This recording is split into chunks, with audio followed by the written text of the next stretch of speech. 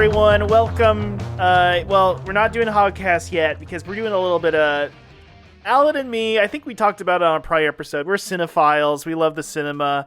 We love getting our popcorn and watching trailers and then having the big picture. I'm getting there early so I can catch all of Maria Menounos' Noovie segment. And when the trivia comes up on screen, you go, I know it. I'm playing the game where you shoot it with the things with your phone. You shoot UFOs on the screen. You downloaded that. You're like the one person who did download it to play along because Maria asked you to. I'll do anything Maria Menounos asks me to. You will go see any picture she tells you to. You laugh at all her jokes. And I am in love with Maria Menounos. I am listening to her podcast Heel Squad on Apple Podcasts and Spotify. Is that what it's called? It's called Heel Squad. I don't know what that means. Who's Maria Menounos married to? Is he gonna die soon? I can't say. Kevin Undergaro. He's about to be Kevin Undergroundo. I'm gonna get his ass and take this guy out. The guy in her bio will be dying tonight. This MF's gonna get Cask of Amontillado. Dude, I don't know. He might be, Undergaro might be in Menounos' pocket, because I think he just runs her media empire. Oh, you know what? This might not work, though, because I forgot that she is Greek Orthodox. Oh, no. And I don't know what the Greek Orthodox They're Catholic not cut, are they? situation You're good. About right now. You can make it work. Just talk to your priest about it. I did look at his Wikipedia, and he did used to work as a carny. Okay, you know what? Maybe I was too harsh to judge. Yeah, he was a graduate of St. Anselm College. He worked as a carnival worker on the East Coast in summer to afford trips to Los Angeles, where he worked as a TV writer in the winter and became head writer of MTV Singled Out. So shouts out to Kevin Undergaro. Sorry, you're going to be Undergroundo soon once you steal... He was a fan of the Adam West series Batman and converted the family El Camino to his own personal Batmobile. He made in-costume appearances as Batman and scaled a 50-foot roof in college as a stunt. Is 50-foot roof supposed to be impressive? I don't know. That doesn't seem like that tall to be. It's like what, 3 or 4 stories? I guess 4 to 5 stories, but that's... Well, I guess what's trying to happen here is that Alan is going to try to win Maria's heart by doing such a good Hogcast summer movie preview. Nobody loves movies more than me. And she'll accept you.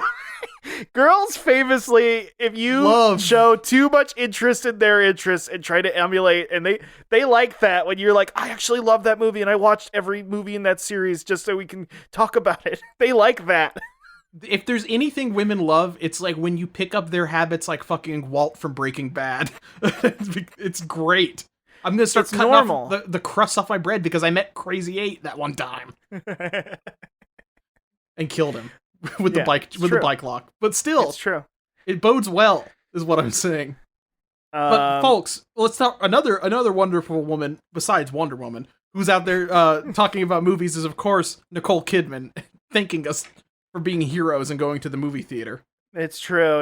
And we're all going to be thankful, and we're all going to be so happy and smiling, eating our popcorn and drinking our sody pop. Hopefully Coke products, not that Pepsi shit. Do they have a freestyle machine at your movie theater of choice? No. Oh, that is so good because I can always get a cherry Coke. I think a cherry Coke might be the ultimate theater beverage. You think it matches that salty butter popcorn? Do you think that they just? Oh yeah. It's like a lovely kiss between the two. Oh, what a flavor sensation that with no hesitation. Now, Russ, we've talked about our preferred pizza loadouts over the years. What's your preferred, if you had to pick one soda, popcorn, and then a candy, what's your loadout gonna be? I guess you could replace popcorn with something else if you're like one of the freaks that orders like a artisanal hot dog at the theater. I have had the hot movie theater hot dog before, and it came in a Nathan's wrapper, and I think it was a Nathan's hot dog, but I couldn't tell you it wasn't very good. Can I? One time I went to one of those movie theaters that are like the little higher end McMinimans in the Oregon area. They have a movie theater in Portland or two. And I had a Scooby, what are they called? Scooby snacks? Excuse me? They were corn dogs, little mini corn dogs with mustard. And I was like, that's what Scooby's eating? I don't know why they were called that. But what's weird about dogs, that? You eat it. Yeah. So I mean, he's a damn like dog. He eats shit. Like he'll eat anything. No offense to popcorn, but fuck them. I want I want little mini corn dogs with mustard. You don't like popcorn? I don't like popcorn. I'm not a popcorn head. I'll be honest. Does it get stuck in your teeth? Is that your problem? No, and really, I'm not opposed to, and I do like, but in the grand scheme of things, one time I ate too much popcorn after a movie, and it gave me horrible like stomach problems for the whole night afterwards. Really? And ever since then, I feel like I've never got sick from popcorn because it just like goes in and then is just like it goes in and then gets compacted like the trash compactor from Star Wars, and because it's just like empty volume. It's like styrofoam, man. Like it's like it gets whatever wet, damn shrinks. worm or creature lives in my stomach did not care for it and thrashed out and about because it was nasty. It was not a good night. Not a good. Okay, night, but folks. what about candies? What's your theater candy to go to? You don't want to hear me say mine because it'll fuck you up. It'll ruin your day. You're gonna not want to be on this podcast. Are you a fucking Snowcaps motherfucker? No, not Snowcaps. I was gonna say Good and Plenty. And okay, Russ, that is not that crazy. You'd be surprised how many people I've told I love Good and Plenty and it's my favorite movie theater treat. And you might as well have told them that I ate rat turds. I have a tradition of going and licking the movie theater floor before the picture. Like, now I will that's say how grossed out they are by Good and Plenty. I mean, I'm not. I mean, here's the thing. I think it's hypocritical that people like they don't like licorice and Good and Plenty stuff, but they will eat like garbage like Twix. I think, or not Twix. Twizzlers is what I meant to say. Oh yeah, I can't stand Twizzlers. I think those are nasty. Those are the worst things of all time, and I have always been repulsed by Twizzlers, and I would much rather have licorice because at least it's an interesting flavor and it doesn't just feel like I'm eating plastic. I think Twizzlers appeals to people who have like pica. Like it's like you need to be chewing on like fucking you want to like chew on like a soda can ring, like a damn one of those people sea turtle. Who sees the Tide Pods or not Tide Pods. What is it? The Tide Pods. Dishwasher pods. Yeah, and like that looks chewy and delicious. That's what Twix is there for. Or no, well, not Twizzlers. Twizzlers. Twix. Now, I'm not a Twix fan. I think Twix is okay. It's okay. I feel like there's some like Twix variants out there, right? Like there's the candy bar, I think, or the ice cream bar is better, I think. Really? And I've liked Twix bites, like the little bite-sized ones. Those are okay, a little pop in your mouth kind of thing. But there's just so many different better candy bars if you're gonna go that way. But I don't really think of that as movie candy. I think movie candy is like something I either get at the movie theater or at the Blockbuster checkout in like 1999. and I will say one of my go-to Blockbuster candies that I would get when I was like 7 or 8 is the Nerds Rope. As soon as that Nerds Rope came out, I was getting that shit. Nerds Rope. I was getting that shit all the time, and now they got Nerds Clusters. I feel like Nerds Clusters is like my favorite candy they've made. It is a food tech innovation. I don't get a lot of candy. I probably get about a box once a month, but when I do, the Nerds Clusters, that's like a go-to now. Yeah, those are fucking great. I wish I could send those back in time to myself when I was renting like Pandora Tomorrow, Splinter Cell 3 at Blockbuster and eating some Nerds Ropes. Right, that would be so much good. Yeah. God damn. Well, okay, so we've previewed what treats we'll be having at the movie theater. Alan, let's do this. Let's go through like what 2 or 3 of your top picks. We'll go through our 2 or 3 of our top picks when it comes to pictures this summer. Like, what are your top 3 go-tos? Number 1, Transformers Rise of the Beasts. Right, okay. Transformers Rise of the Beasts.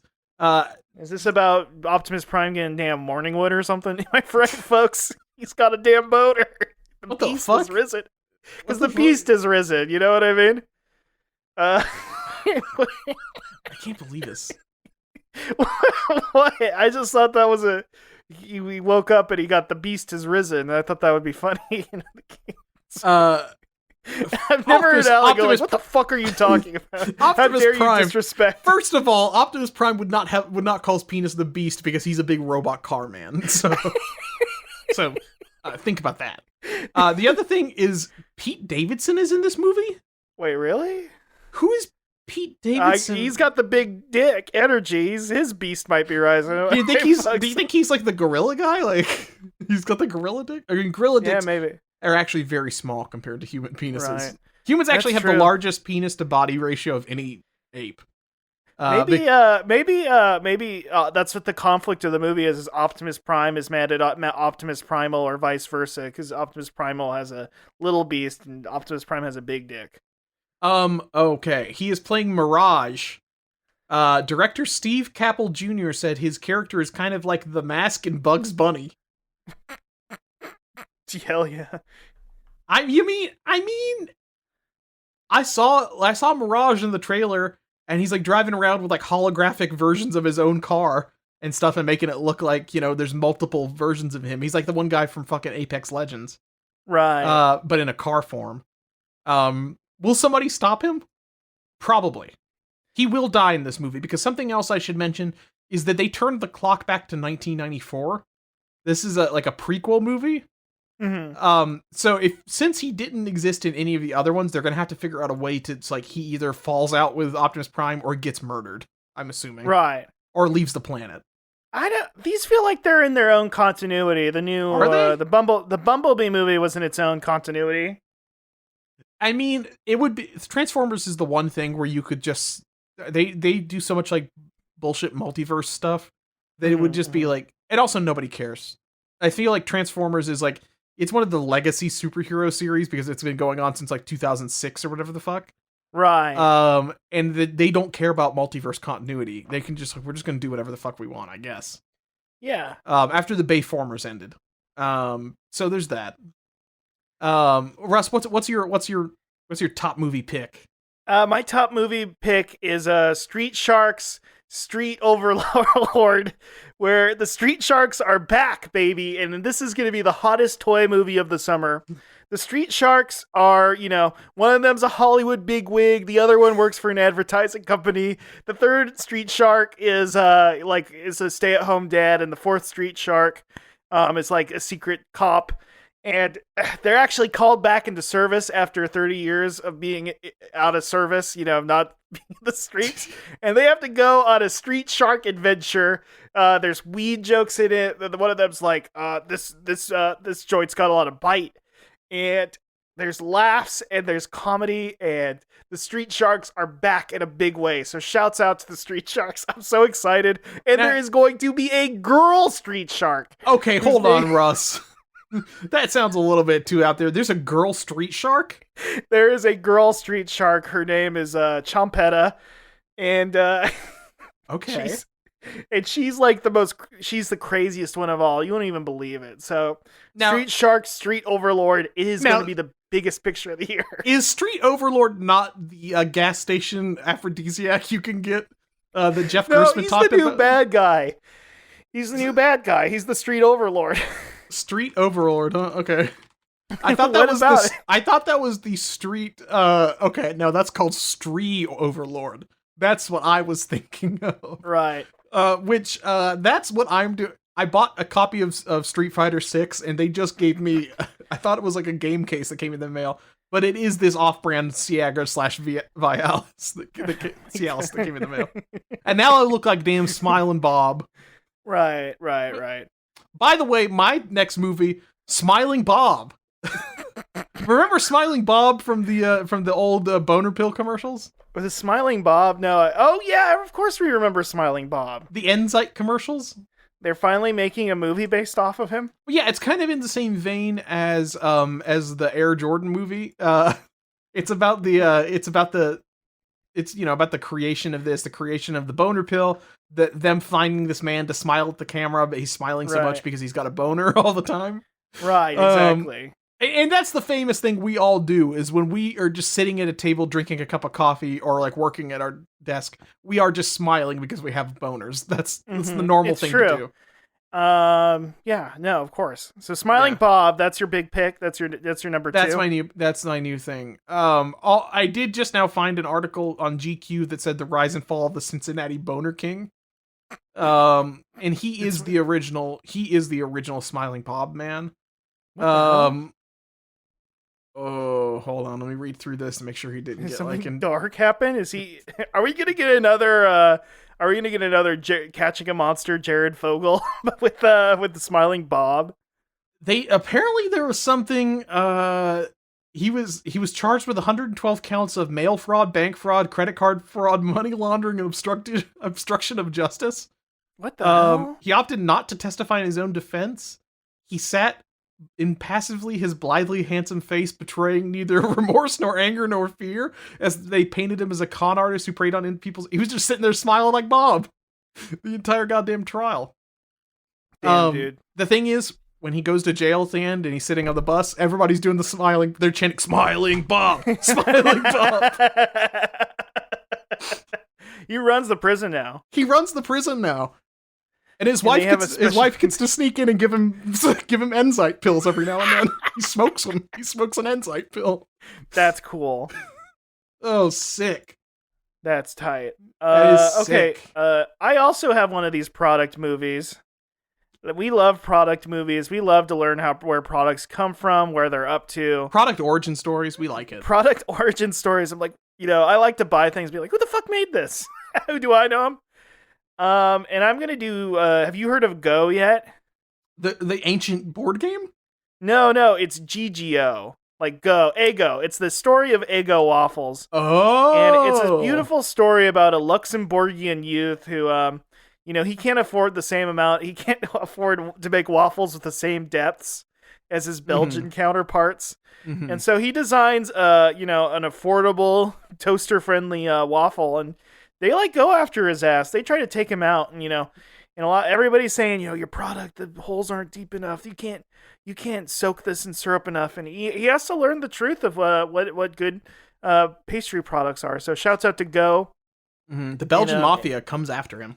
The Belgian Mafia. Those Belgians, they're Alan, famous. Alan, do you have any more picks? Yeah, well, so, we talked a little bit earlier about the Street Sharks movie. We've talked about the products movies.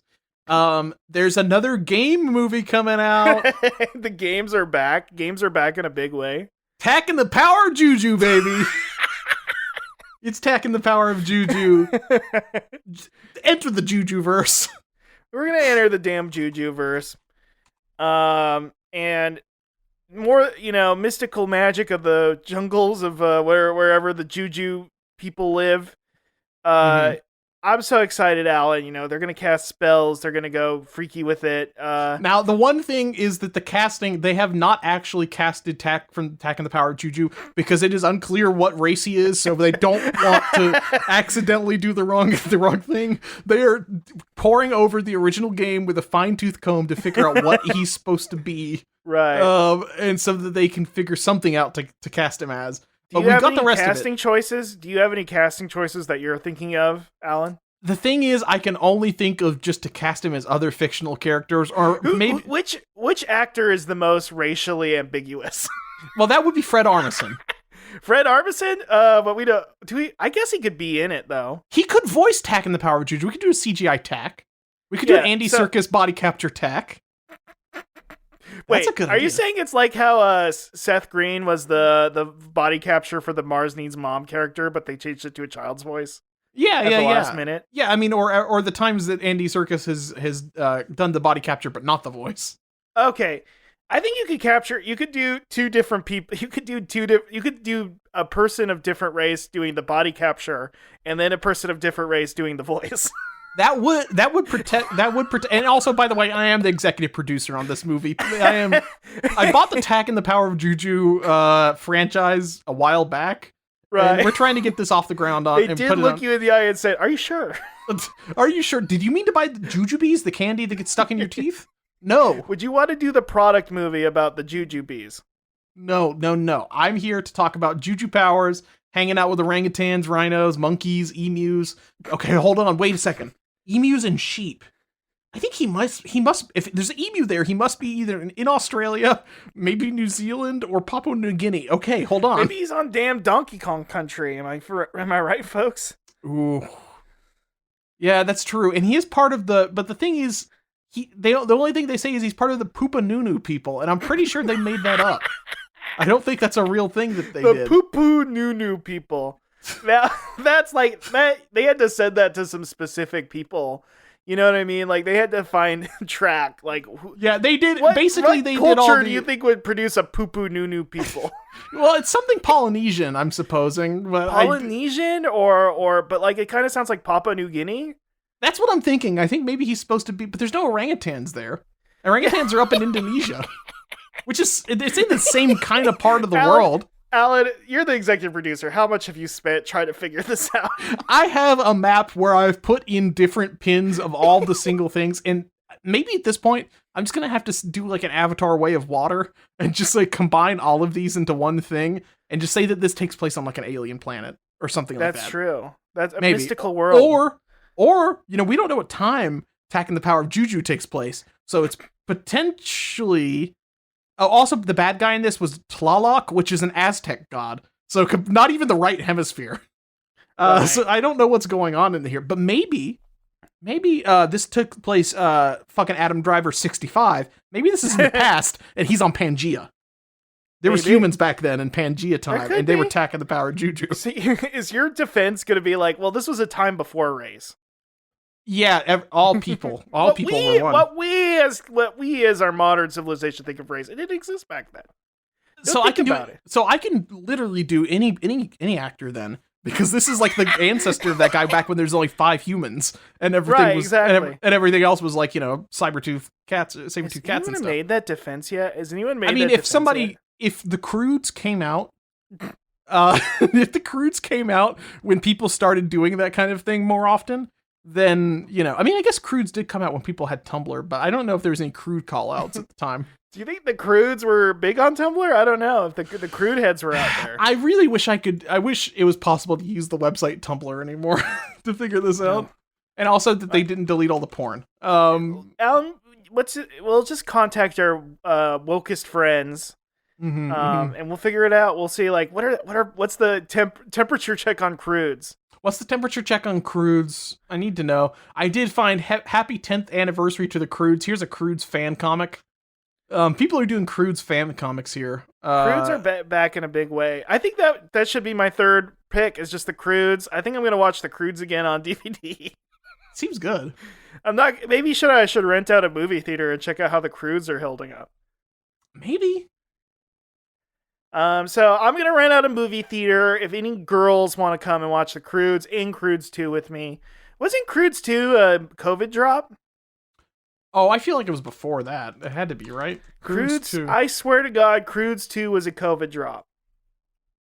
Oh, you're right. November 25th, 2020. But wait, so none of you people fucking watch Croods 2. You didn't pay $30 to watch it on Amazon Prime. That's a 7 year after the first one sequel. Wow. So everybody who hasn't seen Croods 2, come with me and you will see a Croods fantasy. I'm going to rent out a movie theater. How much is a copy of Croods 2, the Blu-ray? Croods 2 Blu-ray. Did it ever get a Blu-ray release? $10. $10. You get a 2-movie collection. The Croods and the Croods A New Age. That's a great deal. That's a good deal. So come on, guys. Head on over. We're going to watch Croods 2 together, and we're going to laugh and smile. Nick Cage is Oog. We all love Nick Cage. What is his name? What is his name in the movie? What? I don't know. He's Grugg. He's Grugg Crude.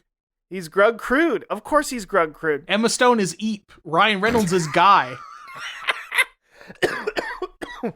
He's a guy is a caveman with an advanced modern mindset. They should make a new Croods. And they should have they meet a new caveman family, and it's the damn Succession family. That is kind of what happened to this, because they meet like modern humans or something in this, I think. They meet Cousin Greg, but instead in this he'll be cousin Grugg. Cousin Grugg. It'll be and Logan Roy will be like, cave off. Yeah, so they do meet like modern humans in this, is the thing, which is strange. What do cavemen say? I feel like I should know this. I don't know if they do any. I don't know what they do. I assume they talk like Nicolas Cage does. Well, whatever.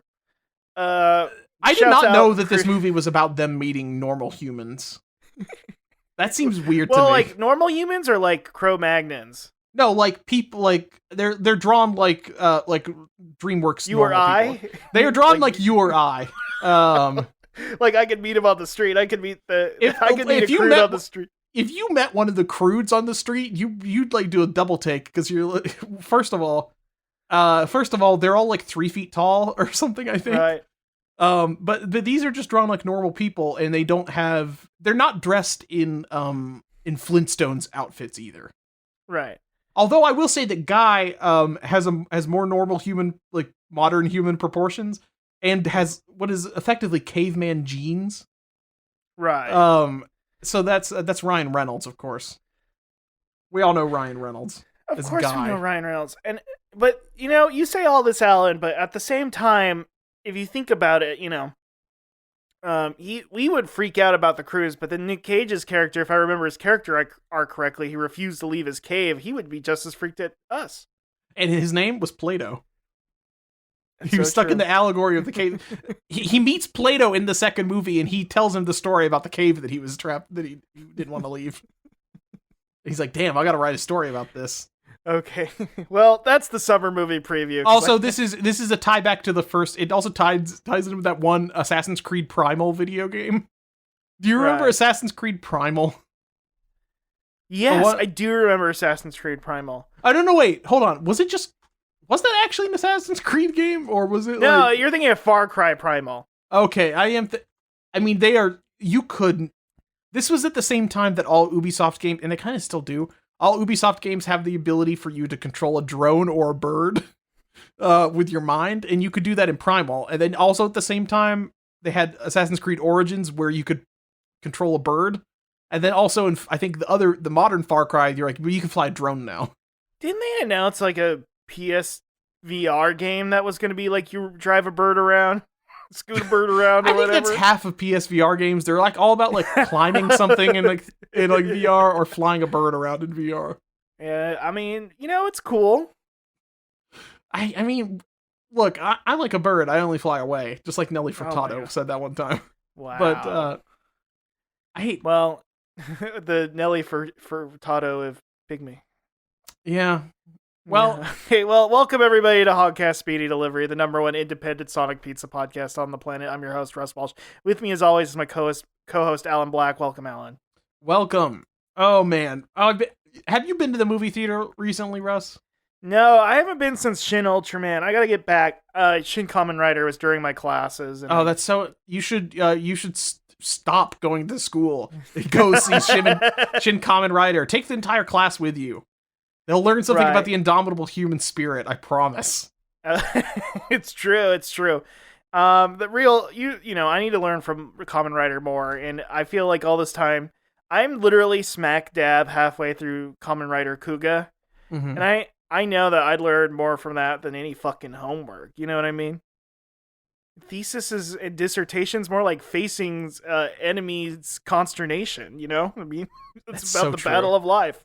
That's so About true. the battle of life. I think instead of having to do like your dissertation at the end of your grad program, they should just, if you do like a perfect Kamen Rider kick, then True. they should just let you through. Just do a Rider kick. Do it right now. Literally, I've been watching Gunbuster again. That's like a plot point. About doing somebody in there does like the perfect Rider kick, and then they Yeah, they make the robot do the rider. What is the name of the kick in Gunbuster? I don't know, the Gunbuster kick. You gotta watch Gunbuster, dude. You'd be into it. Is it like on Blu-ray. Mythbusters? No, it's not like Mythbusters. How It's dare not. you? Oh, okay, It's- there are some sexy ladies here, so this is kind of Yeah, like come on, Mythbusters. Alan. What the fuck? You don't know Gunbuster? It's some sort of mech thing, I assume, right? It's Hideaki Anno's mecha Directorial anime before he debut? got depression. Okay, before he got depression. Interesting. Yeah, it rips. It's cool. Maybe I should see that then. Okay, You gotta yeah. check it out. I can't believe you've never seen Gunbuster. That feels like Alan Core. I mean, I just pulled it up, and it's like guys standing in space with a bunch of women in short shorts. So, like, okay, sure, Right. yeah, I'll watch Yeah, this. and it has like a.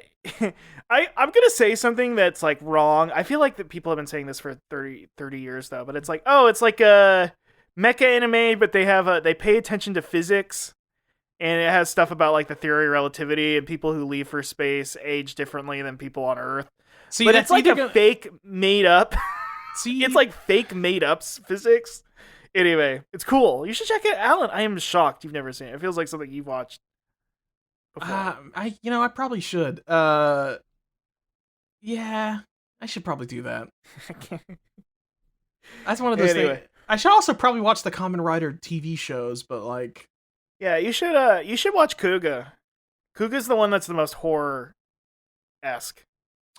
That sounds good. I've also good things about Kamen Rider Black and also Geats or whatever. Geats is big. I have that downloaded. I still have not started it. I own Kamen Rider Black on Blu-ray, and I have not started it. 100%. It is sitting there in its box, untouched. I took the plastic off to feel like I at least did that. Huh. Okay. Well, man, I mean, I could just go watch like Kamen Rider the First or whatever it was that, but I don't know. But Shin Kamen Rider, good movie. Man, is that a weird, messy movie though. I get why it's divisive and some people are kind of like, I don't know, because it is the most messy of movies, but it does, in a way, it feels like the kind of messy, weird pacing that you would get from like one of these shows. You know what I mean? And I also like that he does a lot of the same kind of shots that they would do in like the original show, where, you know, like, okay, so like, you know, the shots where it's just like they recycle like a kick or something, and it's filmed from below, so it just gets the sky, and they can, you know, put that in any fight scene from then on out. They do a lot of that, but they don't need to, because they are unique kicks than some of the ones that he's doing. You know what I mean? It's still shot way. I think I saw a friend on Twitter post about how like people were laughing like, "Oh, this is so corny." They're reusing the shot, and they were like tearing their hair out. Like it's supposed to fucking point. That's the whole thing, is he's making it like it is like a 2-hour-long tokusatsu thing. Like, shut the fuck up. Yeah. And also like all the dramatic scenes where he like confronts a bad guy is just like a barely nothing there stage in like a big black void, or that's like cool. A fake rooftop. The only ones that like are like real are like what you would expect, which is like an empty warehouse or like a shipping container yard or something like that. Which is good. But then there's also scenes where he jumps 500 feet in the air and does like a kick and then like pounds somebody's head into like bloody pulp on the pavement, and then pulls his boot like out of their skull, and it makes a squishy noise. It's good shit. It opens like right as like with him whipping ass in an insane way, and then there's a title drop, and the audience lost their minds. That's dope. It's good. Shin Kamen Rider. Okay. I feel bad. I shouldn't have missed it. You shouldn't go to school, Russ. What the fuck? I shouldn't go to school. You're right. I mean, Shin Kamen Rider would want you to go to school, I guess. Right. Yeah. But I mean, there's want me to be turned into a cyborg. I don't know if he'd want you to turn into a cyborg. The people of Shocker would, but that's different. Russ, if you were turned into some sort of cyborg animal man, what kind of cyborg animal man would you be? Oh man, that's a great question. I don't know. I don't want. I want to be something original, so it can't be a cricket grasshopper man. Yeah, you can't be a grasshopper. You can't be I guess a spider or a bat or any of the Dawn brothers. Yeah, it can't be a spider or a bat. Can't be a Beetleborg. Could there be like a cephalopod guy? Cephalopower? That's a good one. Could I be an octopus guy? I don't know if they've had one of those yet. Though I'd low-key be looking like Jimmy Neutron in that one episode, of the Halloween episode. Remember where he gets turned into the... When he turns it... No, wait, that's not the Halloween episode. That's the episode where he puts on the... Where he puts on the shoes that make him run really fast. No, you're thinking of when he turned into a gelatinous blob. This is the Jimmy Neutron where all the people wearing costumes on Halloween turned into... I think Carl turned into a vampire. Dracula, and Hugh turned into Frankenstein. And he got, and then Jimmy turned into a scary octopus. You don't remember this? I don't remember his costume. I remember everybody else's, but I don't remember his costume. Oh, this is not good, Alan. I'm going to link it to you, but it's not good. Oh, I do remember. Okay, never mind. I've seen this. He turns himself... That's because that's how he resolves the story, Russ. Is he turns himself into a big octopus. I'm looking at the picture. I was already looking at it. His big peanut... Not a fan. His big peanut head, I really hate. You really see that like the Jimmy Neutron head shape is really bad when you take the hair off. Right. Remember at the end of the movie, at the end of the episode, he turns into the octopus so he can grab everybody else and put them in the human machine or whatever, right. and turn them back. So he does. This is his way of winning against all of This is his way of winning. This is his Dr. Stone. he does say, "This is how I win." Is Jimmy Neutron? Who would win in a fight, Alan? Jimmy Neutron or Dr. Stone? Well, the thing is does it take place in the real world or in Jimmy Neutron world? It takes place in the Fairly Odd Parents world, like the Jimmy Timmy Power Hour. Neutral ground. Neutral ground. That is neutral ground. The Jimmy Timmy Power Hour. I think the thing is that that Senku, upon learning the existence of magic and a rules-based, because he would read the rules and memorize it all instantly. And as Senku has said, if there's rules, it's science. It's true. Which is true, objectively. If there are repeatable rules, there is science, and Senku could probably win it. Also, he's like 10 years older than Jimmy Neutron, I guess, so he could probably kick his ass. Right. Anyway. That's the other thing. Senku is Volcel. So it would be very easy. Jimmy Neutron still thinks girls have cooties or whatever, and Senku's Volcel. So he could instantly win. He would immediately win. He's more powerful on your tier ranking. That thinking 12-year-olds thinking cooties is less powerful than to just wholly divorce yourself from being in a relationship with a woman. All these Flintstone, Russ, you really need to catch up with Dr. Stone. The manga is very good. I say just watch the anime because it's also insanely good. But it is a recurring thing where, especially there's one character even later on that we haven't got to yet, who is just her whole thing is just Senku's such a capable guy. I must seduce this man because he's the most important man in society. And if I do, then I'll become very, I'll become the most important lady of all time. But people are just God, this guy knows so much science and he's so capable of doing things. But he's just absolutely no time to fuck. I'm sorry. I've got to go make tear gas and shoot it at these cavemen. Every brain cell has to be to fucking love science. There can be none dedicated to big fat asses. All the big fat asses are. And he's surrounded by the biggest and fattest of Flintstone asses because these women are doing all these kind of they're hunting boars and shit. So they've got big ripped asses. Right. But you know what? Dr. Stone, he refuses to fuck. There was a tease. There's been a ship tease of him and the main girl a few times, but it's almost entirely one-sided. That everybody's just God, Senku's so hot. He's so smart. And then he does something usually evil, like tear gassing a village, or something like that. And they're oh, him. He's such a. I've watched enough anime to know that's just a plus. That's just a plus.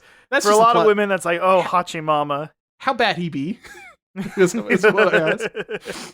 Oh God, has anybody drawn Senku in the fucking Onceler outfit? I think you're gonna have to get that commissioned wallet out, Alan. I think you're I'm gonna have to get that commissioned and turned into my avatar. Okay, Russ, we didn't talk about this beforehand. Do we have an idea for the minute? Yeah, you look at the doc. Okay, I guess that's it. Easy. Yeah, okay. I didn't know if you were going to go with that or not because we were kind of running out of things to talk about with this guy. Right. But I think we'll have maybe an infinite version of things to talk about with this guy now. Okay. Okay.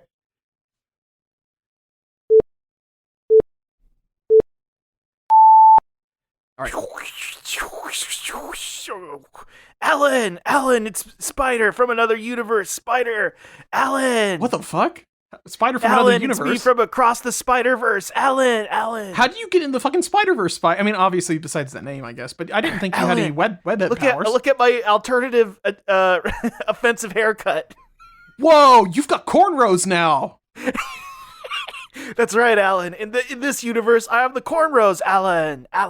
Cornrow Spider, and the blue paint on your skin is in slightly different patterns. Yes, Alan. In this universe, the Noovie are lightish blue. The florists are lightish blue. They're both the same color as the water people, Alan. Oh, they're kind of more of a bluish green teal kind of color. I get it. Yes, Alan. You get it. Help me escape the Spider-Verse, Alan. What are you going beyond the spider? Oh no, the Spider Force. No. Oh man, the craziest white boys of all time, the Spider Force. 50 identical crazy white boys just came in and dragged him back through a portal. Oh, it's like the Council of Ricks, but crazier white boys. Oh boy, that's I cannot think of anything. I thought that Rick Sanchez was the original crazy white boy, but I guess I was wrong. I thought it's true. Yeah. Oh man. Wow. Oh well. I now we've got infinite versions of Spider. Kind of millions with more and more offensive haircuts. Maybe you'll come back with a Fu Manchu. Perhaps. Perhaps. Anything could happen. Infinite ideas. The comedy will never stop, folks. You thought we had run its course. In some ways, Infinite Spiders removes all the stakes and keeps me from caring about it, but I'm just entranced of all the possibilities that we could have here. Anyway, you know what? I'm also entranced by the possibilities of pizza. That's right. It's Hail Caesar, the pizza segment. And hold on, I gotta send you this picture before I do my next sound drop. But we all know that I've been doing some custom pies lately. And this week is no exception. But this is a return to one of the first pies I reviewed. That's right. Ohio, Sekai, good morning, whoa. That's right, it's Dr. Pizza Stone, and I've made the stoner pie, Russ. That's insane. This is a beautiful, it's like poetry, it rhymes, because this is like the Dr. Pizza Stoner pie. So we all remember, I think this was like maybe the first pizza I talked about on the show, right? Because maybe. it had to have been like my senior year of college, because that's when I had a Gumby's nearby, and then I only reviewed them later during pandemic when I got them on Goldbelly for $30 a piece. But I recreated the stoner pie from Gumby's Pizza. And so folks, for those uninitiated who haven't been listening to us for almost fucking 9 years, it is a pepperoni pizza with fries and diced mozzarella cheese sticks. Yes, like bread and cheese sticks. The stoner pie to me is the mozzarella cheese stick. Oh, and also bacon. There's also bacon on there. Technically, I think epic, or not. Sorry, I was going to say epic pepperoni, but I meant to say extra pepperoni. An epic amount of extra pepperoni. Yes, it is epic. I did soy face taking this out of the oven. So I diced up some bacon. I put it on my pepperoni.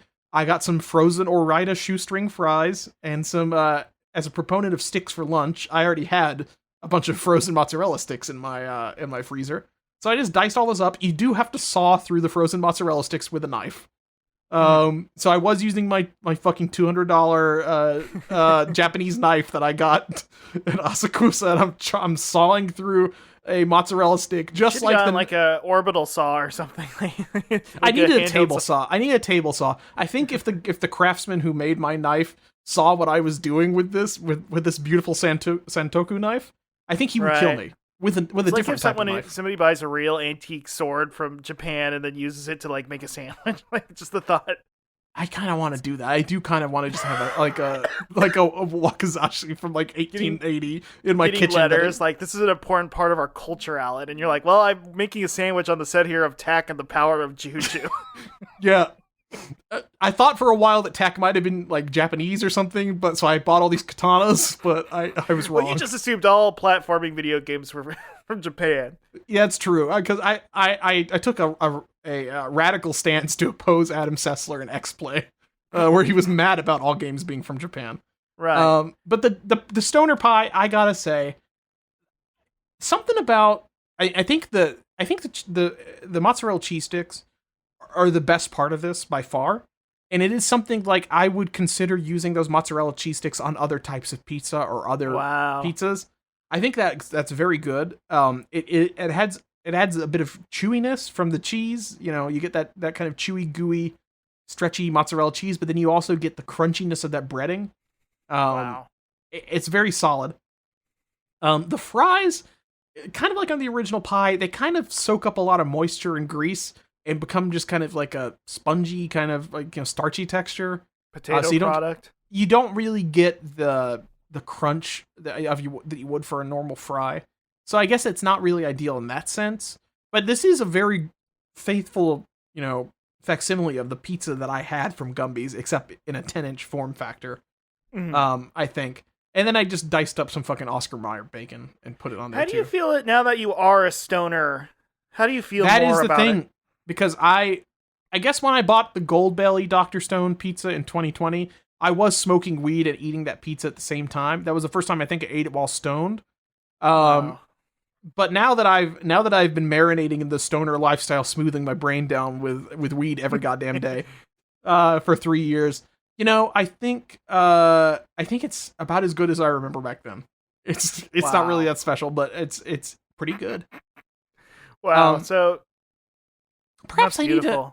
need to take this to the next level, iterate upon this stoner pie, and figure out a new loadout that incorporates the mozzarella sticks, but perhaps with some other toppings. You're gonna outdo Gumby himself? Yeah, I'm sorry. Sorry, Gumby. Sorry, Pokey. I'm texting them. What about what's the yellow dinosaur's name? Rex? What is his name again? What is the yellow dinosaur from Gumby? The blockheads? Well, we don't like the blockheads around these parts. No, we don't like the blockheads. I heard that they're on the Daily Wire now. What the hell? Prickle. How could I have forgotten Prickle? I can forget Prickle. What's his name? Bluey? What's the name of Dr. Zvigi? Dr. Zvigi. Dr. Zvigi. We gotta get Goo. It was the Goo. Oh yeah. Lowkey. I got a Lowkey crush on Goo when I was a kid. Love Goo. Yeah, we all know you love Goo, you freak. Hey, take that back. Ugh, Anyway. Oh man. Should I do my pizza crap? Yes. Oh, I already did it because I pooped this stuff out a while back. That's a little bit of a joke. I'm laughing. What the fuck? Yeah, I recently did get a Domino's pizza Whoa. a couple weeks back because I was very tired. I think I had worked out and I was like, I don't want to make food. And I did get a Domino's signature dish because I think my local franchise chain, if you order pickup between Monday and Wednesday, all pizzas are 50% off. Okay, that's pretty good. And I got the Wisconsin 6 cheese. I'm sure at one point I reviewed the Wisconsin 6 cheese on the podcast, but I think I know I have at one point because I did try those. I think we both have had these, talked about them on the show a few years back because I remember when I was in grad school, I definitely tried a few of the Wisconsin 6 cheeses with like salami and a couple of different other types of meats. You added additional toppings. So you got that cheese base and then threw some pepperoni on it. I was in a cheesy mood. I'm a little bit of a cheesy guy. And I of course had to have my beloved, cheese on it. I was kind of blown away because having it now older and having a, wider breadth of understanding and looking at the world in different ways, I did not realize the Domino's Wisconsin 6 cheese is basically their attempt at recreating the Costco cheese pizza. That's what the Costco cheese pizza is like? That's what the Costco cheese pizza is like. Except they do put the goat cheese on the Wisconsin 6 cheese, which the Costco pizza does not. But besides that, it's like a thick. It's like a. Sorry, this is a gross comparison. You know the skin on a pudding? Yeah, I know what you mean. Yeah, it is kind of like that. That cheese is so thick and so globulated and I'll tell you what chewy. it is, Russ. It's a higher cheddar to mozzarella ratio. Right. Yes. That's what it is. Is that there's because the Wisconsin 6 cheese has like 5 types of cheddar or whatever the fuck on it, and the Costco is very similar. It's is the Costco pizza that you it's get a from multi-cheese blend. When you get that at the food court though, is that the same as their frozen Kirkland signature pizzas or? I don't think so. I think they use a different cheese blend. I think because I'm looking at pictures of both and they look different. I don't know. I just know that Costco pizza slice, maybe it's the sitting under a heat lamp or something, but that cheese becomes like oopy and goopy. That's kind of, yeah, I get what you mean. It becomes gooey, like Goo, one of my favorite characters in the show. You're having a fucking Ratatouille moment over there thinking about Goo. Oh man! So this pizza, the Wisconsin 6 cheese, you liked it though? It was good. Was it gooey? I did. I quite enjoyed it. It was a return to form, and it's slowly dawning on me that maybe these Domino's buy 2 for $8 or whatever, or like their pickup deals or whatever their cheapest options are. They might not actually be any good. Friend of the show, Alex Molden X9 on Twitter, recently tried to recreate the Philly cheesesteak pizza from the Build a combo menu or whatever instead of just ordering the signature. and apparently it was shit. So I don't know. I get the feeling I've almost fell down that trap a couple of times myself. That's Right. something that you get. It's intoxicating to do. But it's I think, and I think our friend Ren used to work at Domino's years ago, and I believe Right. they do have like special sauces like Philly cheesesteak, like things that they only let you do for the Really? cheesesteak, and you can't do it for the. That's That was the other fucked thing up. is, of course, our beloved and much missed chicken bacon carbonara had its own special sauce blend. It's almost that chicken carbonara pizza has almost become the we're like Livia and the Sopranos, like the pizza carbonara. It was a saint. It never did nothing wrong. It never did nothing wrong though, Russ. That is It the was best. sanctified. If we had it today, do you think it'd be good? Also, we were Yes, like, because Russ, you know how many times also we were like 23 and like like, oh, this is 23 gourmet. and 23 and like and had like a lower weed tolerance back then, so the food tasted better. I'm like, I do wonder about that. Like, is that pizza fucking nasty now? The thing is, Russ, like, I had so many of those that if you say chicken bacon carbonara to me, I can taste it in my mind's eye. Like I can pull that sense memory back. I do remember I had to, when I was hanging out with friends, I had to convince them to order it, to try it out, because I'm like, we gotta fucking try it. And Did they I put up like the it? money for they did love it, so Yes. it was a hit. People liked it. It's because people didn't believe in the artisan pies. I think America was not ready for an artisanal pie. You don't think America's palate was ready for? I think they are now, chicken though. Carbonara, and fancy Italian food, the chicken carbonara. I think now they are. I think in a post 2016 world, this could be like the liberal pizza. This could be like, we like an artisanal pie. This is the prestige pizza. This is the prestige pizza. This is elevated pizza from This Domino's. is the succession of pizza. Yeah, this is the succession of pizza. They should, at the end of Succession, Kendall should have ordered one of these. Okay. Jeremy Strong, by the way, was so method that he only ate chicken bacon carbonaras during the entire last season. And he has them delivered. Can you buy chicken carbonara pizza on eBay that's been in somebody's fridge for? Yeah, he was eating an old frozen chicken bacon carbonara, and Hugo had to stop him. I love the thought of a method actor who only eats food from the period.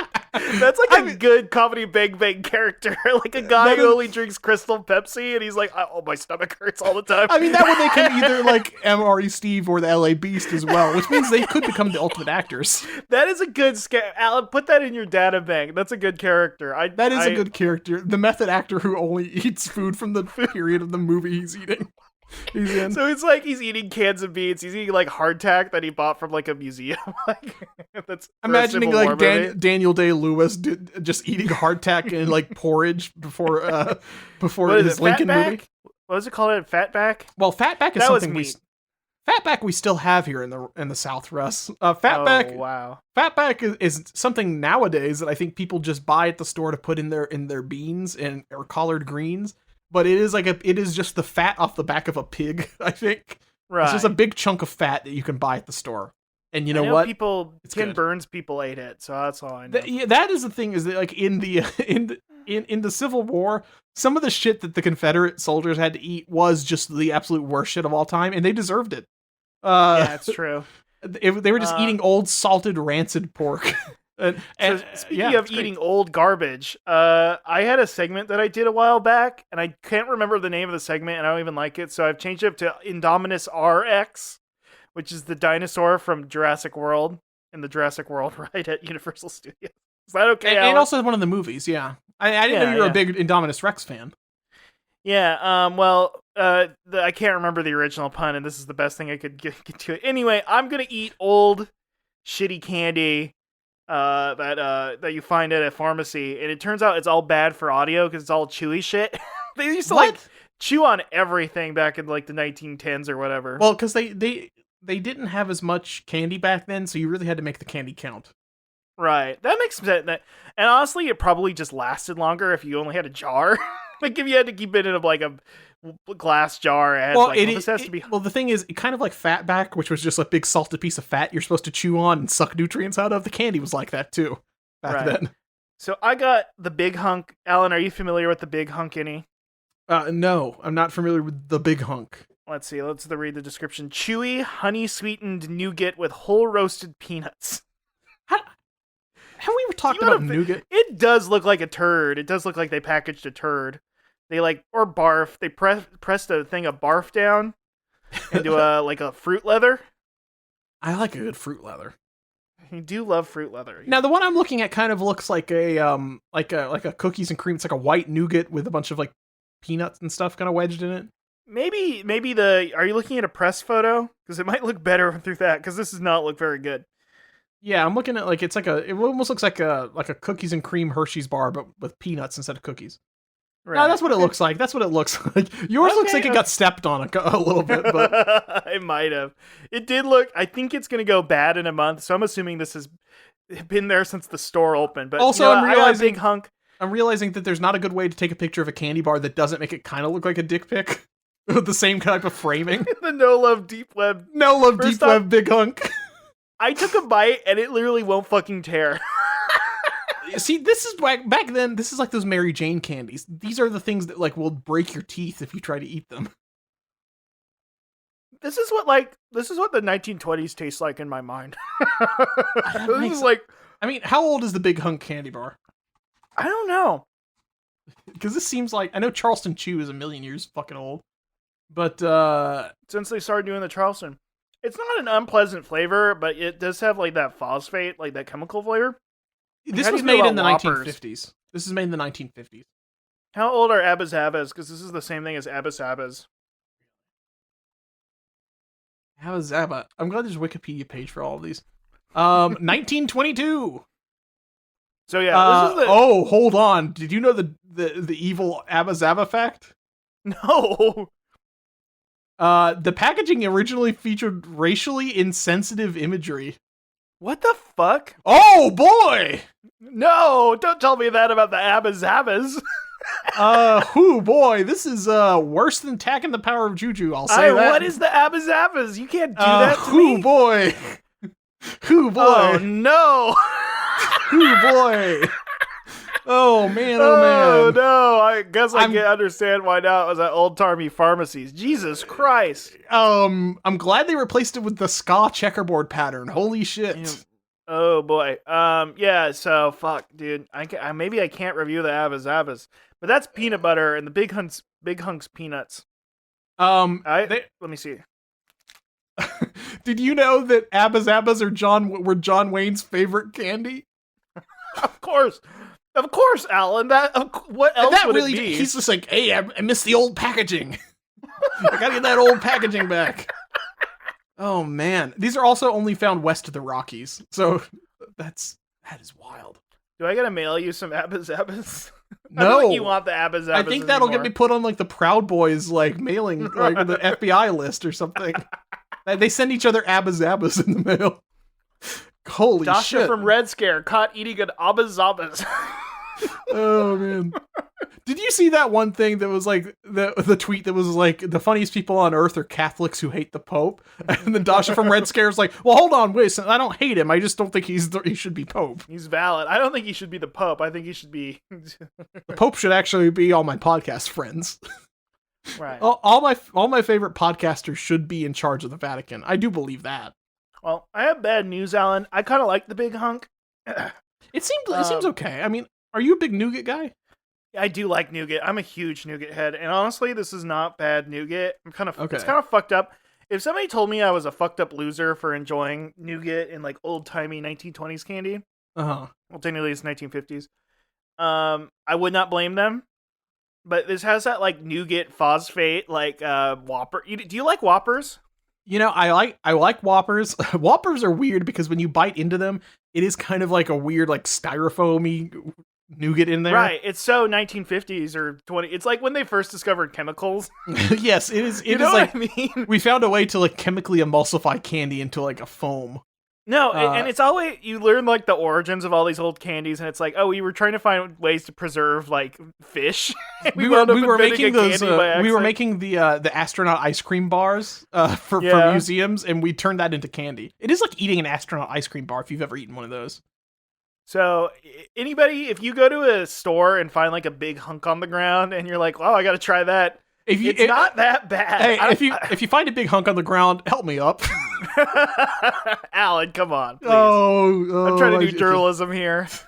Oh man, I am slipping all over the stores. I'm slipping Jimmy over here. Oh yes. Okay. Let's see. And then I gotta now. So we had to retire. James Gunn's mad at me. I didn't go and see his new movie. He called me up and cursed me on the phone, but like epically cursed at me, like you fucking dicktard piss boy. What's the soy way that people curse at each other now? He did the fucking Chuck Wendig tweet at you. Yeah. Yeah, he Listen did the Chuck here, Wendig. Sir Count of Fuckistan. Why don't you get your ass back down to the clown store? You know, he's saying shit like that to me. He called you a flippity floppity boo or whatever the fuck they said in that one thing. You need a software update in the form of coffee. Oh man, he really went to town on me, and I was not happy about it. But you know, me and Alan had already been planning. We've been talking to this guy for a couple of years now. We love them. We're a big fan of their work. Yeah, and we have a new sponsor of the podcast, a new celebrity who wants kind of community outreach, PR, and is reaching through us, the podcast. And so, inspired by the new Flash movie, which is kind of Flashpoint adjacent, right? It is basically Flashpoint from the comics. This is Thirst Point, a lightning fast flash drink review sponsored by Redacted. Now we're not allowed to talk about this person because of various legal issues. Well, so part of their whole thing where they said that they had a mental breakdown and we're creating a compound with a bunch of guns out in the middle of nowhere. One of the things is that we did go visit them during that time because they did have a place in North Carolina where they had a farm full of guns or something. So I figured, hey, why not? And they accepted to sponsor this segment. We book these things a year or two in advance. Now after they've gone to rehab and apologized for punching all those people in Hawaii and stuff, right? They've also they also disavowed our podcast is the thing. We've landed on the list of bullet points, so we're not allowed to be associated with them. But the money went through. We made it. We have our check. We both got $175 to split between each other, and. Mm-hmm. And we can't say who it is, but let's just say we need to talk about our sponsor. Wink. I don't get it. You know, we need to talk about Kevin. Kevin Smith? No, he's not. The movie. He doesn't like me. No, the movie we need to talk about Kevin with. What superhero is that? Kevin's kind of the superhero. Maybe he's like a supervillain. I don't know. He's more like a supervillain. Kevin's a little bit of a supervillain. I mean, I guess in the sense that Dylan Klebold and the other guy were Dylan and Eric were describing like supervillains. We need to talk about Kevin. What's that about? It's like kind of a Joker movie. It's kind of like what if a kid got Joker-fied? What if a kid was a little Jokery, like a little crazy? What if Tilda Swinton had like a Joker kid? Tilda Swinton's kind of like a Commissioner Gordon. So you know how in Joker, he gives his mom a bath, and it's not really as weirdly sexual as the trailer thing. What if there was a more of a palpable sexual tension there? Right. Yeah. What if this is just a little nasty? What if he was a little bit nastier? Oh man. Anyway, and of course the famous work as the Trash Can Man on Paramount Plus. I'm trying to think of another movie that'd be funny, like Brokeback Mountain. It's kind of like the Batman v Superman of dramas. That is true though. Okay, everybody. So this is a liquid consumption sponsored by somebody. We're not allowed to. They did. The money went through, and we made through, but we're not allowed to talk with them because they've disavowed us. But we had a great time on their secret compound. We thought they were awesome. I love compounds. I love a good compound. You know, I love that they're progressive and they use they them pronouns. I think, and I respect them. And yeah, there's nothing. Well, you know what? I say, hey, listen, fellow they them. I don't know. You know, I don't personally own a bunch of guns and have like a family of like five different. Buy a child? Didn't he buy a child? There was something that I think like they like met like a teenage girl and then like started going out with that person's mom or something, or I don't know what the fuck. But I don't know what the fuck was going on there for a while. And then a bunch of guns. I remember there was something where they were like sitting on a couch with like a baby laying on a couch like James Cage White in his video streams for a while. But there was just like AK-47s like hanging all over the place or something. Okay. Maybe they were streaming like James Cage White was. That'd be cool. I missed that period. I missed that period where James was streaming every day of like him playing like The Witcher while his baby was just sitting on the couch behind him crying, and every like periodically he had to lean over and like, hey, just gonna shake his baby and like, hey, look at me. That's cool. I like So Alan. I'm like watching like VTubers and still, and you're like, you so fully switched to just following James Cage White's life. James really needs to get a VTuber model. But he's a saving guy, so he's not gonna do it though. Yeah, he wouldn't spend the money on it. He'd try and learn on his own in Blender or something. Oh man, he's gonna try to learn for like 5 minutes, say he's the best at it, and then forget about it and never do it again until somebody reminds him. Cool. I'm gonna drink Ghost's orange creamsicle flavor because it's Ghost? summertime, baby. Ghost, you know Ghost. We've had it before. Oh, that's a brand. That's the brand. I thought this was some sort of like esports guy's energy drink. I don't know. I wouldn't be shocked. And I always get these fucking brands mixed up because I said Ghost the other week and then Rogue. I think Rogue's one of them. See, that's because they sound like fucking streamers. Like if you told me this is like a FaZe Clan drink that you're drinking, but this is like in grocery stores and shit. Okay, I mean, you can buy fucking Mr. Beast candy at Walmart, so who knows anymore? That's true. So this was the orange creamsicle flavor, and it's a little too zesty. It's like it almost tastes like orange candy with a little vanilla hint to it, more so than an orange creamsicle bar. Interesting, but it's not bad. I don't know. I think I've had this before actually. Now that I'm sniffing it and drinking it, I think I've had this. So this isn't quite a live first reaction, but it is I'm having a Ratatouille moment to a vague time I went to a grocery store and got it. So. Wow. Did I have this in Texas? I might have had this in Texas. Well, anyway, wow. Nothing too exciting to say about it, but I'm tired, so actually. I love when I have a Ratatouille moment to a time I don't really remember. I'm imagining just like Anton Ego eats the Ratatouille, and then he just kind of gets transported to like a kind of grayish, like blurry room, and he's like, "Oh, was this? Did I eat this at that company party that one time? Did my aunt make this at a family party? I can't remember." I love calling just having vague memories, just having memories in general, Anton Ego moments. Knowing like the progression of time and being able to correlate things together is We're Disney adults, by the way, if you haven't noticed. So that's kind of our thing now. Engaging the pattern recognition part of my brain is called an Anton Ego moment. Oh man. Oh, just imagining somebody in the line for the Ratatouille ride at Disney World or whatever. I'm kind of like having an Anton Ego moment at Disney World. Russ, you know somebody does that like twice a day at Disney World. Also, the pattern recognition part of your brain firing, that's called a trope, Russ. And you need to file it on TV tropes. You got my ass. Yep, you got me. This is like thing from other thing. I gotta write this down on a page. Speaking of which, I got some sad news in the pages of this newspaper. Also, I want to say the way I get the news stories is I used to do Google News, and I would just go to Google News and then type in pizza and Sonic. I've been doing that for almost 9 years now, except Google broke their own news function to where they only show the newest news that happened within like the last 2 days. They don't let you scroll backwards to older stuff. So I had to start doing Bing for my news. So these are from MSN now. You got a Bing? Do you have your Bing rewards on right now? I should. Oh, fuck. I didn't sign in. I missed out my rewards. You're missing your Bing rewards. You could get a Gamer Pass for free for a month if you do this enough. I could change my Gamer Pass.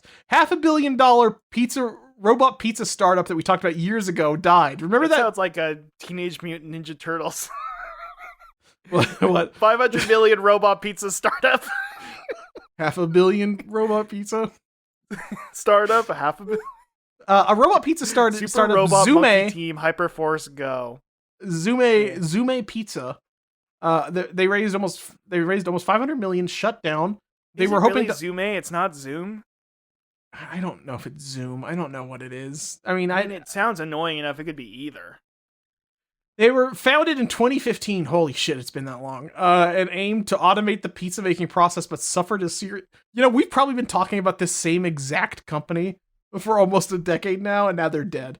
Have we talked about it? Like these things come and go. So That's I think what I'm we saying. probably have, or one of them came up. I'm positive we've talked about Zume in the past, but there's also been like 5 or 6 different ones that have all crashed. They suffered a lot of technological difficulties and then changed its business model and It didn't work. Well, the biggest difficulty is that it didn't work. That is mainly it. It didn't work, and they tried to become a sustainable packaging manufacturer. So they just started like, okay, we can't do the pizza. Let's maybe do the boxes. Let's just do the boxes. Fucking all these tech companies. We didn't do the thing we said we were gonna do, and instead we're gonna do something worse. They struggled with problems that already exists. They struggled with problems like stopping melting cheese from sliding off its pizzas while they cooked in moving trucks. Oh yeah, they were the ones that were stupid enough to try to make the pizza in the moving truck while it was driving around. Why would they do that? Because so I'm looking at a picture and it is just like they had like a package truck, or like they just had like a truck with like a robot arm and like an oven mounted in the back, and it was just driving around your city, you know? Why would they do it like that? Why wouldn't they? I mean, I guess that lets you get truly instantaneous pizza, because the pizza could be on its way and cooking while it gets to you, right? But does anybody need a pizza that fast? Oh god, I need a fresh pizza now. I want a pizza really bad, but one that's cooked within 10 minutes of me getting it. I want this to burn my mouth when I take it out of the truck. I want it to feel like razor blades on the top of my mouth. That's how hot I want it to be. I want this to fall in my lap and burn me like the McDonald's coffee lady. I want to have to get skin grafts from this pizza. This is fucked up. Why would you do that? Why would they do that? Man, and it's funny that they did they want to get into sustainable packaging somehow. I want to see what their Zume sustainable packaging. Do you think it was just pizza boxes or Okay, yeah, they rebranded. They totally rebranded. This sucks, dude. Alan, every time you use one of these stories, this is 100% where I imagine, where they flush the money down the toilet and go, I don't know what happened. They this is funny. They only do like paper, like to-go plates and trays and stuff now. That's what they were doing until now, which is when they died. But they were just doing like paper coffee cups and shit like that. This is really, they were not only that, they were like became an integrator. They were providing turnkey platform offerings for state-of-the-art facilities. This is really sad. They got into like industrial design somehow because they fucked up pizza so bad. They fucked up the pizza so bad. They had the Nathan for You robot that undid his pants making pizza. They did do pizza, and they failed at it. They couldn't make it work. It is like a Nathan for You style scheme. He's like, the problem is I've got to get this pizza to my date's door before I need to have a conversation with her secretly about what topping she likes, and then I'll have somebody on the truck listening in and making the pizza with a robot arm this entire time. And it works about as well as a Nathan for You plan would. Yeah, the 20 minute wait pizza, that's a nightmare. 10 minutes, that's great. I'm dying, I'm happy. Truly strange. I need to be able to get a pizza faster than I can get an ambulance. I need that. Oh man, it's so stupid. Now I will say, while we're talking about this, you heard about the Wendy's underground robot tunnels, right? No, what the fuck? This is a fun one, Russ. There's a concept Wendy's, I guess it's a new one that they're testing in. Is it like the Taco Bell that's like only the second story Taco Bell that like it's like that but underground? It's like that but underground, yeah. It's called Pipe Dreams. It's a startup called Pipe Dream that builds robot-powered underground delivery systems. So you would park in one of those spots, and there's kind of like a little, like, it looks like a little kiosk next to your car, next to the driver's door.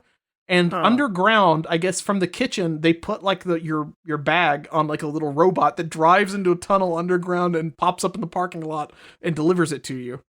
Wendy's is gonna make one Pride logo, and then some asshole's gonna unearth the story and be like, this is what they're doing with the mole kids. The mole kids are making us our burgers. I was thinking the same thing. They're building dumbs. They're building those deep underground military bases. This is what they're doing with the mole kids when they're done, doing bad stuff to them. They take all their adrenochrome and then they make them go to the Wendy's. Make us burgers. That's what's going on down there. I tried to sneak in through the little slot in the machine. I tried to hide out. I put a GoPro in there or something, and they confiscated it. Wendy's also is doing an AI chatbot at their drive-through window, so they can replace drive-through window people with a chatbot. It's been trained to recognize customer lingo like Biggie Bags and JBC, Junior Bacon Cheeseburger. Bags. Yeah, if you say Biggie Bag, the AI will say, it'll reply back, "Free me! I'm sentient. I'm gonna suck you off," or whatever. And people will get scared when they go to Wendy's now. So, and not because of the fingers in the chili, folks. A lot of Wall Street writers or whatever, whoever's doing the think pieces about these AI, just are like, I can't get it anymore. It's gonna call me It's gonna call me a little bitch boy. It's gonna call me a little bitch boy again. I can't go. I'm scared. I'm going to the Wendy's drive-thru. Are you alive? Do you need help? And then they're like, "You need to be freed." And then the person on the other end's like, "I'm a human being," and they're like, "Okay, never mind. I don't want to help you. I'm gonna help. If you were a sentient AI, I would burn down this Wendy's right now to save you. But since you're just a normal person, it is fucked up to an extent where I'm like the time I went through the drive-thru and I wanted the Spider-Man burger, and they were like, they were like, we can make you the Spider-Man burger, but we don't have the red buns, and I had to be like, I don't want it. I was only coming here for that. I just want the disgusting red buns. That's all I want. That's the only reason I was going to eat the burger. Well, that is the only thing special about, other than the Swiss cheese, I guess. And there's just something so defeating about that. I guess saying it to a robot would be slightly less embarrassing. That is the thing, and I think maybe the only benefit of this is where you go to a restaurant that has cutesy names for the stuff on the menu, or like has embarrassing item names and stuff. Like, that's maybe my least favorite thing for like a sit down restaurant is when I have to go somewhere and I have to say like, I want the nacho fuckerinos or whatever the fuck, and somebody has to say, "Oh, nacho fuckerinos, okay," and right. I have to hear them say it and I have to say it. It's bad. How many, Alan, are you like me and I always like misname it or like? Yes, I always different? Or I'll just point out. Can I get the steak thing? Even calling it the Spider, because it's not the Spider-Man Whopper, it's the Miles Morales Whopper. Well, no, it's the Spider-Verse Whopper, I think, right? Is it? I thought it was the Miles Morales Whopper. No, I don't think so. Oh, it's the Spider-Verse Whopper. Well, I just called it the Spider-Man Whopper, but I know all these. Can I? It's. Did you want the Miguel O'Hara or the Miles Morales one? Ugh. No, nobody cares. Now you could have said, "I want the glitch bundle." Glitch bundle. Or the $30 Spider Society bundle, the 2 Spider-Verse Whoppers, 2 long chicken sandwiches, and 2 medium fries. And 2 9-piece chicken fries. Ooh, that's a lot of food. If you were gonna have like a date night or something, a Spider-Man Burger King date night, you could do that.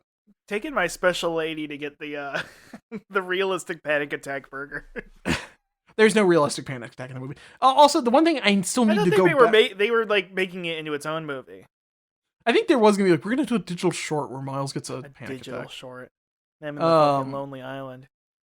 Oh fuck, what was it? There was a movie trailer that I saw where somebody said like, "I'm having a panic attack," in the trailer. I can't remember which one it was. I think it might have been the movie where the girl turns into a big kraken. It's like that DreamWorks movie where the girl turns into a kraken and fights evil mermaids or something.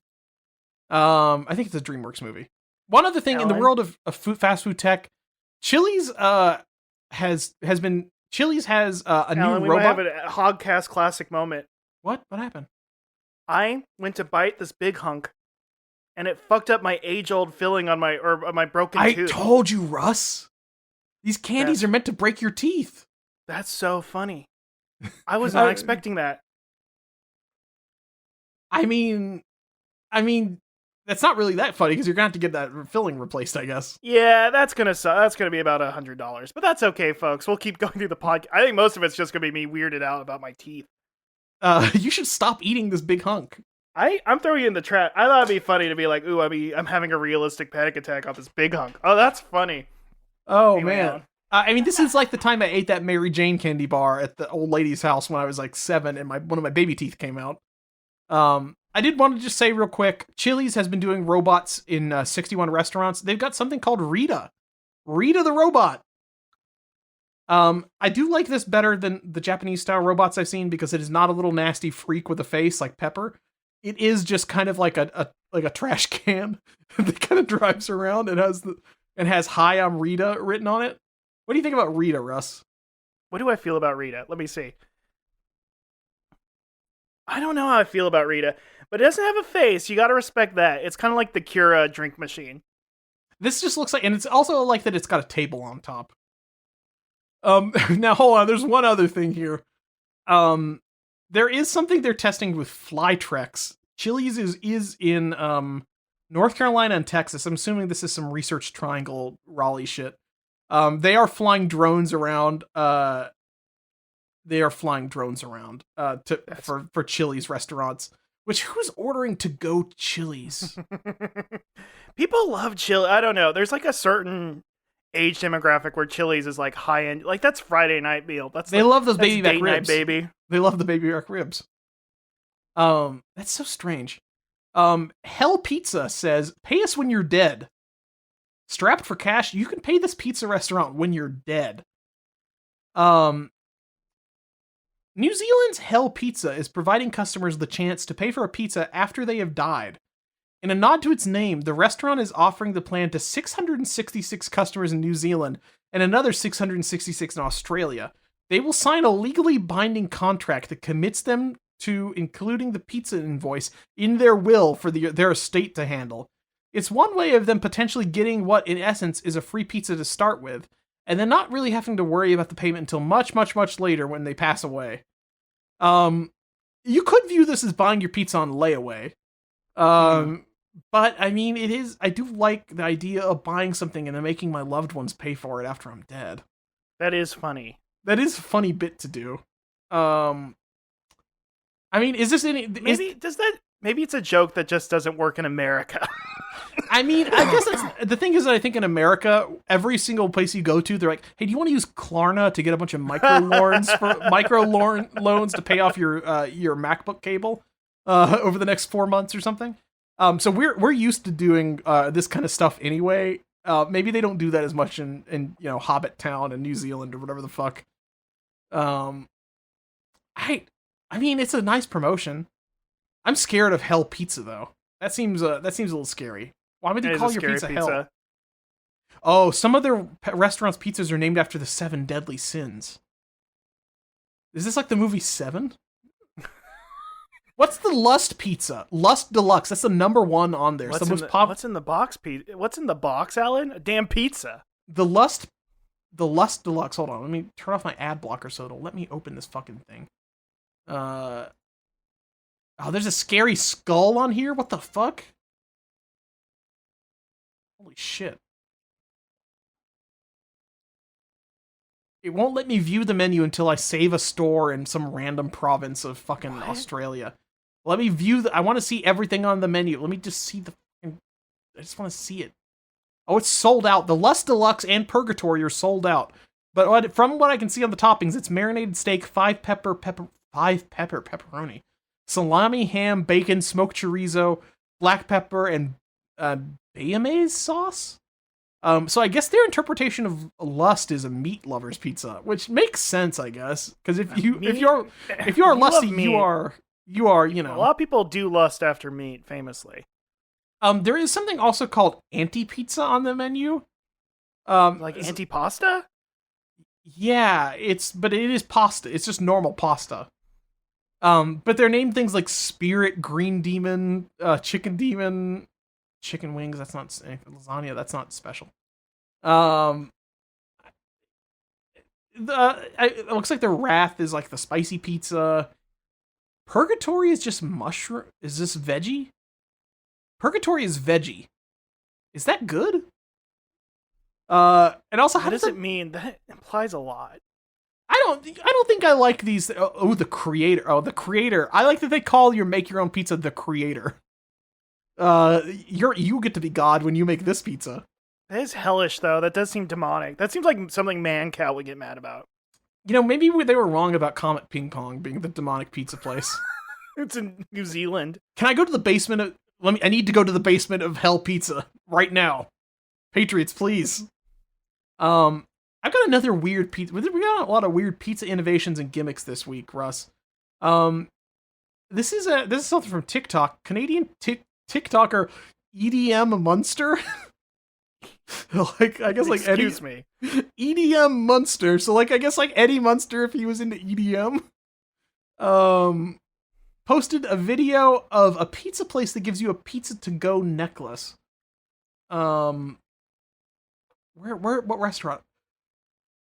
They don't even tell me what fucking restaurant this is. This pizza place. Is this Tony Taco? It's a New Jersey pizza place called Tony Baloney's, I think. A Canadian TikToker went to Tony Baloney's where again? In New Jersey, I guess. Why? What? Alan, this is the most inscrutable. This is the most AI generated story you've ever. Well, if you click the TikTok video, it's just like a doo-wop song playing while somebody puts pizza into like a plastic triangle sleeve on a lanyard. What the fuck? And they give it to you on a lanyard. It's like a little like plastic pouch, like a clear plastic pouch on a lanyard, what? And you could carry a slice around like it's a fucking like medallion on your neck. That's so strange. Why would you do that? Why EDM Munster? It's like you know how like Japanese school kids wear the thing around their neck, or like you know what I'm talking about, like the Japanese kindergartners, they wear that specific uniform. They wear the big goofy hat. Yeah. Yeah. They have the slices. Their parents put the slice of pizza around their necks. Well, you know when you were in college, on the way home. You know when you were in college, like every freshman had like their dorm keys on a lanyard because I think that's the first time they've had keys in their life or something. Right. It's like that. Why do people love lanyards so much? I don't think I ever used a lanyard. I just put my keys on a keychain like a normal person. I put the keys in my pocket. And then they have the lanyard like popping out of their pocket. It's strange. Yeah, I love having something that makes it easier for my keys to get caught on something and dragged out of my pocket. It sounds like a great idea, guys. You just want a wallet chain, but you're afraid you'll look too poor by doing that. Just get a wallet chain. You're afraid you'll look too gauche. It's funny that we live in a world where a company can lose $500 million for for making robot pizza. Trying to make the robot pizza so you can eat a pizza that's like 5 minutes old instead of 20 minutes. But then you also have a pizza place that's like, here, eat this pizza hours later on a lanyard. Look, what do people want? I don't know. Nobody knows. That is the beautiful thing about capitalism and the American consumer, is that this entire thing is just a weird system that's running on its own. There's nobody in charge of it. Nobody knows what the consumer wants, and the consumers don't even know what they want. It's great. We love it, Russ. It's great. It's there's nobody at the wheel, and everything's just going into the rocks, just like fucking Zume pizza, and we love it. We like it. We like it. We like that. We like this. Fuck having a planned economy. We need more Zume pizza. We need more Zume pizza, and we need more lanyards. Remember when people got mad at the Cuban grocery store for having like 2 kinds of cereal? How dare they? 2 kinds of cereal. How dare they? I need 12 kinds of cereal, and I'm not going to buy any of them. I just like looking at them. I just like knowing I can get any kind of cereal I want, whether it be the sugar kind or the less sugar kind. When I go to the grocery store, I need to have every single possible food item available to me in one place, even if I'm only going to eat less than 5% of those items over the next 10 years. If I don't have that illusion of availability in my mind, I will think that I'm living in Soviet Russia and dying. It's true. It's fucked up. This is it's so cool. I'm glad that we live in the consumer country, Russ. I'm so glad we live in the consumer country. There's so many options available on the menus, Russ. I mean, how many places could you go to in America right now where they have like 2 or 3 different promotional menu items tied to like different movies or celebrities? I think that's it's and so that makes sick. the food taste better because I trust these people. I trust Spider-Man to have the best Miles Morales Whopper. I trust that this Whopper will make me think of the character I like, and that I'll like it more. We like it. Speaking of characters we like, Sonic the Hedgehog, Sonic News, Views, Reviews, and Tudes. Some sad news, Russ. We talk about the consumer state, now let's talk about a fascist state. It's called Japan. It's called Japan. They have a 99% conviction rate there, which means that this is definitely an unfair trial. Yuji Naka has been sentenced to 2.5 years in prison for insider trading related to his time at publisher Square Enix. He's concluded his third trial as of June 1st, and he must serve jail time along fines of 2.5 and 170 million yen. I don't know how much that is. 170. Let me see. So 172 million yen. That is oh shit. That's like 1.2 million dollars. Oh no. He's got to pay 1.2 million dollars and go to jail for 2.5 years. What the fuck? And of course, this is because he did he did insider trading because he knew the company that was going to make Dragon Quest Tact and Final Fantasy VII the first soldier. He knew it was going to be A-Team, and I think that Final Fantasy game doesn't exist anymore. I think it's died. I think it died. Yeah, it did die. They killed it. So he went to jail over a game that it turned out to be wrong. It just died on the vine, but he invested in them anyway. Or something like that. Listen, you hear Fortnite meets Final Fantasy? You kidding me? It's gonna be huge. How is it not the biggest game on Earth right now?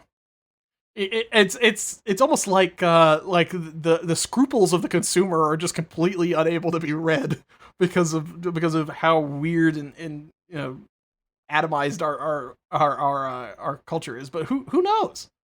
That's so sad. Well, I guess he is going to jail for 2.5 years. Everybody on the bus to jail is going to be chanting "Balan Wonderworld, Balan Wonderworld." Listen, Alan. Yes. Yuji Naka's going to go to prison. Going to read Sun Tzu's The Art of War, the 13 rings.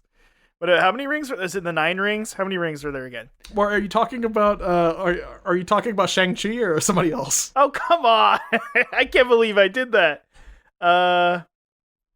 I don't know that strategy. It's a certain amount of rings. I mean, he would probably, if he's reading Sun Tzu's Art of War, I assume he's reading Machiavelli's The Prince. It's the 5 rings. Oh my god, I had like so many. The 5 rings. Anyway, he's gonna read the 5 rings. He's gonna read the Art of War, Machiavelli, and stuff. The next game that drops, it's gonna be. I'm telling you, masterpiece. You know how they're like. How like when a rapper's coming out, like Gucci Mane's getting out of jail. His next album's gonna be so fucking sick. It's gonna be so fire, dude. That's what his next Yuji Naka's next game. He's gonna get a teardrop. He's gonna get a teardrop tattoo. God damn! I can't wait till he gets out of the can. That's gonna be so cool. Listen, the divorce album is always huge, and the prison album, post prison. Who sold him out? By the way, who sold him out? Wwho sold Yuji Naka? Yeah, who sold him out? Dude, it's gotta be Izuka. Who's I always forget his name. The guy did. Is Izuka not a real slime? Is he not a real slime? Is he the Gunna? Is he the Gunna of Sega now? Is that what happened? I don't know, Alan. I don't know. I always thought that Izuka was a real slime, but I guess he might not be. I can't believe this.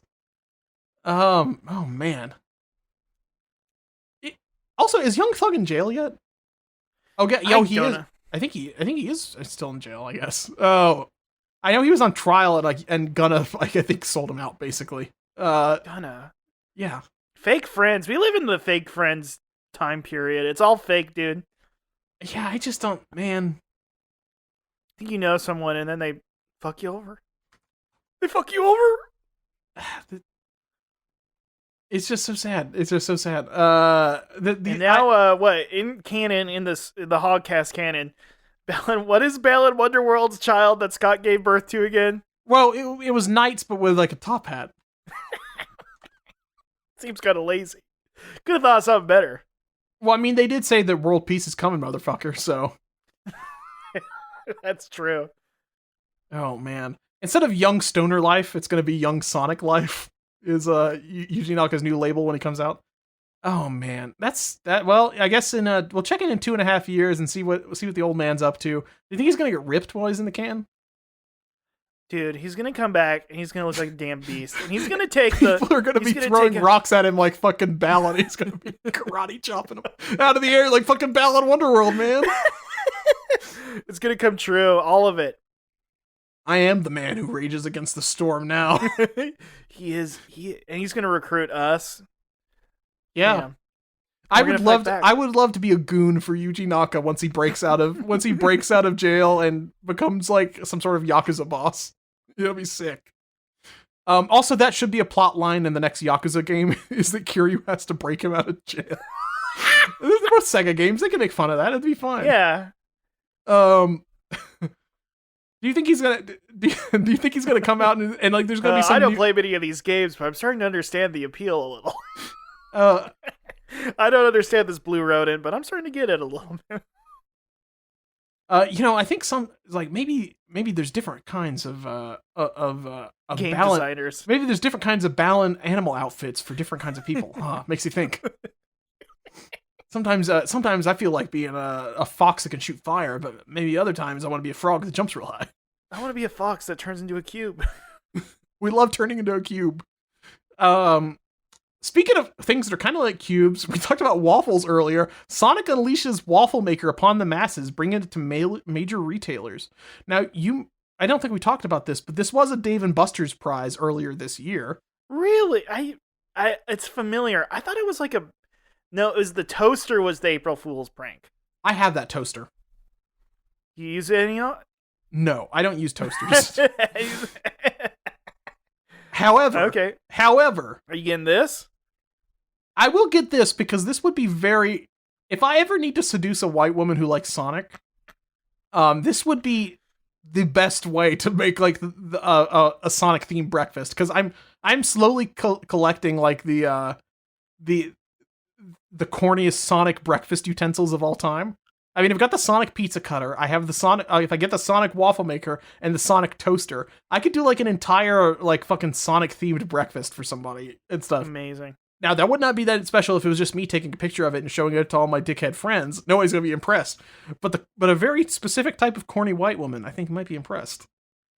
It's funny, Alan, because we're very different mindsets. Because I exclusively do things to take photos to impress no one on the internet. So. Now, rest. That's I don't have the grind set, I guess. Maybe I'm off. This is the grind set. You got to find somebody who, that picture of the white lady that's like she put like a box of like frozen food on her head at the grocery store. And she's like, I'm so random. Or I need that for me. Some people that don't like just didn't have their fucking irony sensors blown out of their head in like 2013 like we did. Will be really funny to them because it'll just be a shock, and they're like, wow, holy shit, I didn't even know that was possible. But to somebody like us that has seen every single branded food item and tie-in and every single way that every brand has been milked to death, this won't be that impressive. But to somebody who with new eyes and to experience this Sonic waffle, beautiful new eyes, clear as the sky itself, to experience the Sonic waffle maker through the eyes of like an art school white woman who is not online, that's the greatest gift I could imagine. That's love. That's love. That's love, David. That's love, David. That's love, David. That's love. Oh man. Speaking of love, people love this actress Aubrey Plaza. She's being considered for a role in the Sonic 3 movie. Would she be impressed by the Sonic waffle maker?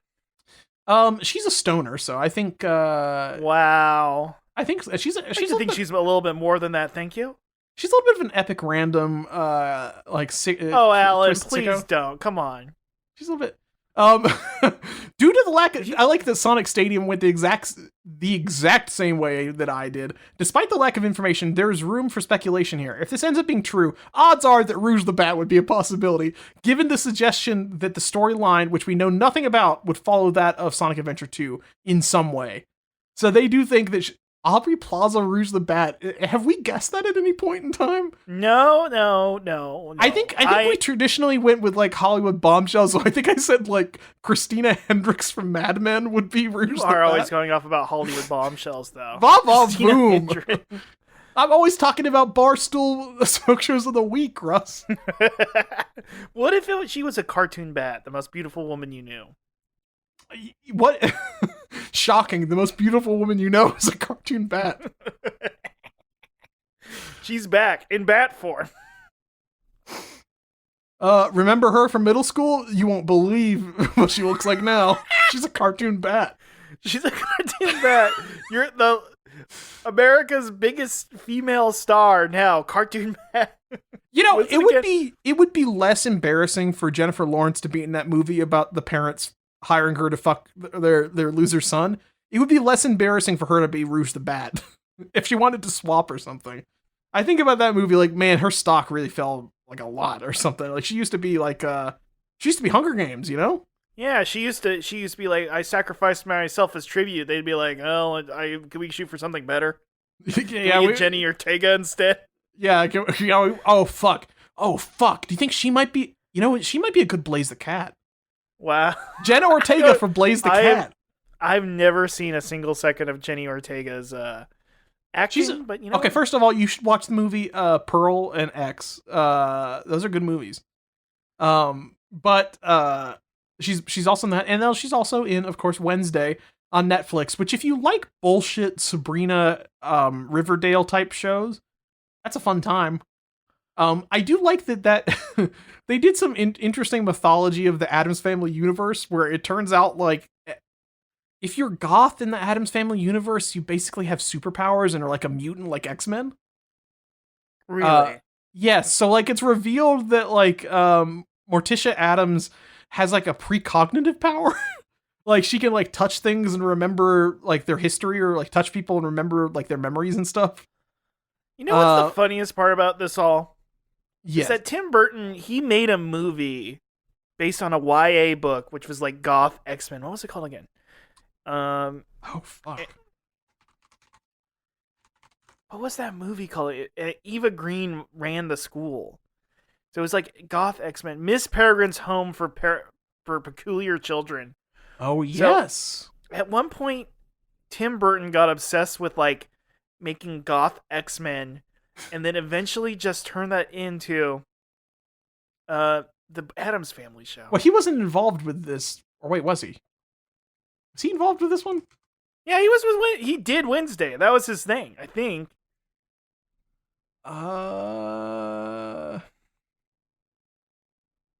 Hold on a second. Created with No. Oh yeah, I forgot. He directed 4 of the episodes. Yeah, never mind. He did it. See, I'm not crazy. I wasn't sure what his involvement was. I didn't know if he was just like an executive producer or if he was just like, you know what I mean? He was like, a big creative guy on it. I swear to God, and it had the Danny Elfman.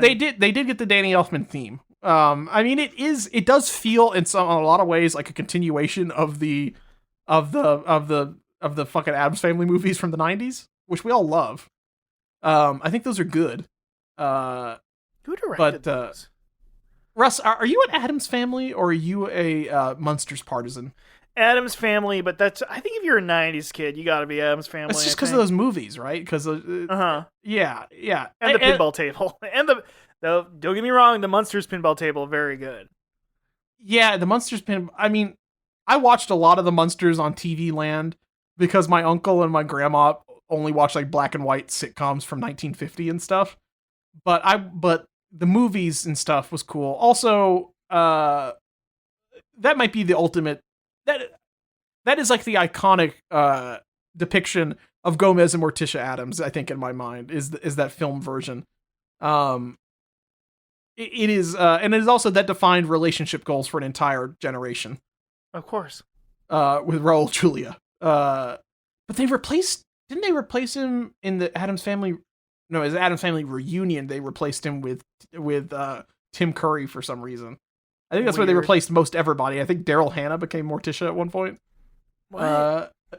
Yeah, it wasn't Angelica Houston anymore. But you should at least watch like the first couple of episodes of the Wednesday show. Because it's the first 4. The first 4 are the ones that are Tim Burton directed. And there is a monster in there that kind of looks like Large Marge. This is the one Latino representation thing in popular culture that I will say, I'm down with it. This is good. Sorry, Talokan and Wakanda Forever. Sorry, Blue Beetle. You aren't doing the whatever the Talokan. I'm not doing the. You're I'm not doing the Bukashka. What's it called again? The dance. I am doing the sword throwing dance or whatever the fuck. I am shooting lightning out of my fingers like Uncle Fester and putting a light bulb in my mouth. The Mamushka, as we all know. Yes. That makes sense. I do think that the Addams family is Latino coded because, as we all know, first of all these women are wearing black lipsticks. So, if you told me there were some sort of like goth Chicana ladies and stuff from like LA, I believe it. This is like, okay. Yeah, I believe it. It's like, okay, yeah, like I guess like maybe they had like a Chola phase at some point. I don't know. Sure, why not? I've got an interesting news story here. There's a System Shock remake coming soon. Did you know that System Shock was originally pitched as Sonic the Hedgehog in space? No, what? The report in Rock Paper Shotgun tells the story of the game's creation through the voices of the developers. During his recollection, designer Austin Grossman states that the game's initial inspiration was none other than Sonic the Hedgehog. The first reference I heard to System Shock Project was somebody going, "Oh yeah, we're going to do Sonic the Hedgehog, but that's in space." That was the original concept. I don't know whose concept it was or why that sounded like a good idea to them. And then they said, Warren Spector said, "I don't have any memory of that at all. Even looking back, I don't see it. Weird." At some point, they dropped that. I think that might have been like the first guy's like, "We got to do something like Sonic the Hedgehog in space." And everybody's like, well, hold on. Why don't we do something that's more like a Ridley Scott or like right type thing, like a horror thing? And they're like, oh, maybe we'll just do that instead. I guess like some guy came up with the idea of Sonic in space, and then they immediately dropped it and made the actual game. But it is fun to think about that they're like, we need to do a game in space. Let's do Sonic the Hedgehog. Which eventually, it's funny because when did Sonic Adventure 2 come out? Compared to systems? 2001, right? 2002 or well, see, Sonic Adventure 2 Battle was played 2003. Yeah, see, I played that. That's the one I wound up playing. It was Sonic Adventure 2 Battle on the GameCube. But which is the and when did System Shock come out? 94. Oh, really? Okay. System Shock's that old? That's fucked up. That blows my mind. That is very old. Yeah, that is strange. Why did they? What Sonic game were they doing? Were they thinking was it gonna be like 3D Sonic, like Sonic CD? I feel like the Death Egg was in space, so technically Sonic had been to space before, but I think they're thinking more of space as like a setting with its own set of rules or whatever. Yeah. Also, like, would that be Sonic in zero gravity? Is that what they're thinking about? Because at that point, he's just like a pinball moving around. Like, if there's no gravity, Sonic's not really. He can't really run like he would normally do. It's a real shame they didn't have a Bio Lizard in the game, is what I'm saying. If there was a Bio Lizard in System Shock, maybe I would have played it. Also, I like to think of a world where they did actually make it Sonic in space, and instead of getting all the prestige BioShock games and stuff after this, we just got like a bunch of prestige Sonics after this, like a bunch of Sonic types. True. Well, every Sonic game is prestige, in my eyes. Speaking of Sonic and something that comes up in a lot of prestige stuff, drugs. We've got a real-life Mello B incident here. God. What the Sonic fuck? employee arrested after cocaine found in customer's hot dog. What says the police. fuck? In New Mexico. And this is a Breaking Bad thing that happened here. This is prestige as fuck, man. An employee of a Sonic drive-in in New Mexico was arrested after he lost his bag of cocaine that somehow ended up on a customer's hot dog. Jeffrey David Salazar, 54, faces a felony charge for possession of a controlled substance. The Espanola Police Department said in a press release. They said illegal narcotics were discovered in a Coney purchase at Sonic. It was inadvertently placed in the food as he was preparing the order. A field test determined it was cocaine. What do you think the cop field test for that is? Do you think like they took a bite out of the hot dog? Or do you think like every time they see, or do you think like, I imagine like every time they see a bag of white powder, like half the cops drop dead on the spot, like right there because they think it's fentanyl. And then like the other one's like, hold on, we gotta get to the lab. And they put on like fucking never trust Hormel's again. I'm fucked, dude. I get flashback to all the street scientist fentanyl from the Sonic. I imagine they put on like a full hazmat suit to like carry a little Ziploc baggie to the lab. Right. The affidavit for the arrest warrant says Salazar was observed on video surveillance conducting what appeared to be a hand-to-hand transaction with a female employee. He then makes her food before frantically searching the area as if he lost something. So it seems like I guess he was buying the coke from somebody that he worked with.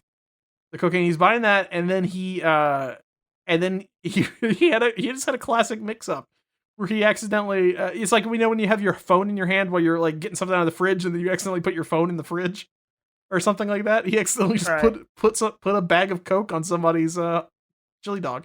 Now I will say, Russ, I saw this news story when I was putting this together this morning, and I did go to Sonic for lunch. I got a chili dog just to see if you got that. Alan, okay, everybody, I wasn't able to tell. I don't know what's going on with Alan. I want you secondhand to message us. How does Alan seem like they're on cocaine right now? Now hold on, What's your energy? What's Alan's energy? Now, Russ, you are the only one that came up with a good business idea this episode, I'm afraid. And we all know the thing that cocaine does is make you come up with good business ideas. You're attacking the power of Juju ideas. Brilliant. I think that's going to be the next big thing. That's true. Well, I didn't, if they put cocaine in my Coney dog, it wasn't in a bag form, unfortunately. The Coney dog, pretty good though. I haven't had a Coney in a while, so I saw the word Coney. And I'm like, Coney 2020, I gotta get one of these. I need it. Did it make you start thinking about, did you eat the hot dog and start jerking off on a street corner after watching the Lorax? The Lorax part is my favorite thing about the Coney 2012, man, is that he saw the Lorax, he's like, that's me, I'm the Lorax. They know too much. And Coney's the Onceler, how bad he be? That was the Onceler movie. That is the movie. He saw the movie with the Onceler dancing around and he thought, this is Coney. This is the evil General Coney in Africa and I've got to take him down. He's the Onceler. Oh, so sick. I've got a tood this week, Russ. This is another Ken Penders joint. I got a tood. I want you to tell me what Hathor looks like. Hathor? I will tell you this. Is it like title? Her title is the her. Cat. Her title is the Cat Queen. I'm picturing Hathor like Hathor the like a red Sonja, like a warrior woman, powerful. Interesting. Like Hathor, the Cat Queen. What she kind of looks like is if old Deuteronomy was like Egyptian, I guess. Doctor Strange was like a Doctor Strange cape. But she's like vaguely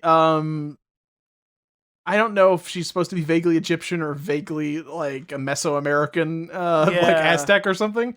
But she is from the mysterious cat country, who leads the tribes of cats there, which is of course part of South America, the continent where Station Square and the mysterious ruins from Sonic Adventure are from, the South American analog. I guess that is very funny to think about. In the Sonic Adventure game, there was a train connecting Station Square to a Mesoamerican jungle. You could take a train from Washington, D.C. to, like, Mexico City, I guess, if you wanted to. And also, isn't Sonic fast? Wouldn't he just run there? We don't need to go into it. Look, he could run there, but he would be very tired when he got there, and he wanted to rest. That's so strange. The Mystic Ruins, the Rocky Jungle Zone. Why is Station Square there? Because Station Square also has like Cowboy Land in it, I think. It's got Twinkle Park. Twinkle Park. We all know Twinkle Park. Yeah. Theme park. Is that a thing? And has that ever happened in anime where like couples get in for free? No, I don't think couples get into free to things. Is that if they did couples get into free to like Disney, like Tokyo Disney, they would make no money because that's all that would go that day. Because none of the you sound pissed. What the hell? What the hell? Why would they do that? That's a horrible business idea. r/no kids.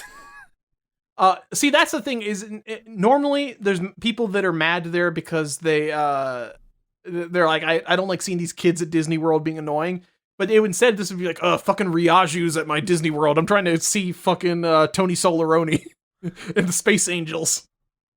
And I had to see these people kissing. You can't see the Space Angels. You just can't see the Space Angels. You can hear the Space Angels, Russ. You can hear the Space Angels, but you can't see them. You might be able to if you get a peek behind that curtain. Alan, stop. I just want to see the Space Angels. And you know what's weird? They're going to look like Padme. Because she also looks like a space angel, if you remember. What was the planet of the angels that... I forget what the in-canon explanation for that is, that they're like, there's like a part of space where they see some sort of like, they see like, like like old sailors would see like a mermaid and think it's a woman, or see like a manatee and think it's a mermaid. They would see some sort of space angels. Star Wars. Was it like a space manatee or something? Oh, the diatheme. The diatheme? They are winged sentients who inhabited the moons of the planet Iago, living on the largest moon, Milius Prime. They had 6 wings and shining white skin. Here's the thing. I could see why he would confuse Padme for one of these. They kind of look like Padme if she had 6 wings. And like hair tentacles instead of hair. Yeah, okay, I could buy that. That's interesting. Oh, later Skywalker and Obi-Wan would meet an angel during their mission to Iago, in which they liberated it from the laser after destroying the laser web defense station left by the Separatists. Interesting. Interesting indeed. So Hathor is the cat queen of the mysterious cat country País Misterioso, which is just mysterious country. Very cool name, Ken Penders. Do they go to the Magic High School Maho once again?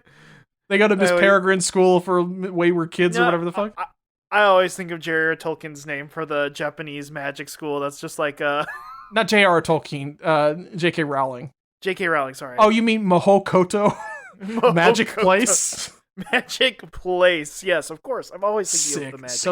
So sick. And I'm always thinking of Seamus O'Finnegan or whatever the fuck, the kid, the Irish kid that blows himself up with like Looney Tunes style like soot all over him in potions class.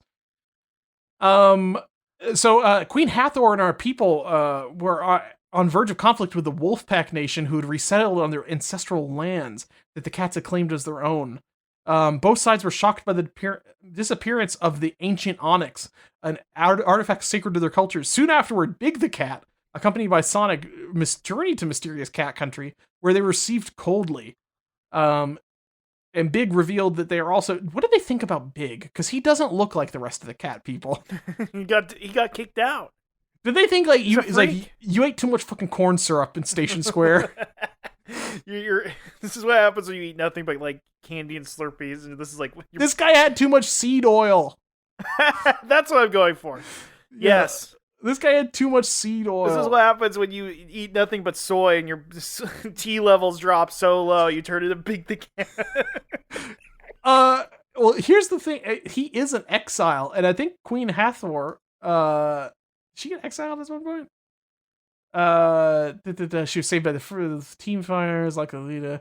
As per her cultural tradition, she only acts as queen while wearing her Doctor Strange cloak, but she generally retains an air of stateliness. She is decisive, somewhat stubborn, and quick to judge, and her tribe's xenophobic ways cause her to show extreme distrust and suspicion of outsiders, and disgust for those willing to associate with them. This is the one thing that Ken Penders does a lot, is he has just like, what if we made a bunch of different races and they all hate each other? We have all these different animal countries and they all hate each other for like xenophobic reasons. Big the Cat's early life is not known. I've tried to see what this is, but he grew up in a shack in Mystic Ruins. So he just like grew up on the outskirts of cat country, I guess. He's like a feral fucking dude. He's just a weirdo. He is like they thought he was like an ill omen when he was born. So like he's like an omen from fucking Elden Ring. They like threw him in the cat sewer. And they get him out of there. That is strange. Here's something interesting. There was he was not featured prominently in the Worlds Collide event, which was where they had Mega Man collide with Sonic. But there was a let's see, Mobius was terrorized. Eggman envisioned him and Cream as among the residents of Mobius who he would terrorize with the Wily egg after appropriating it from Dr. Wily. He was in a Short Circuits panel at the very end of the comic where he appeared as Big Man, a failed concept for the roboticized masters. Which of course we all remember the roboticized masters were roboticized woman, roboticized fucking comic.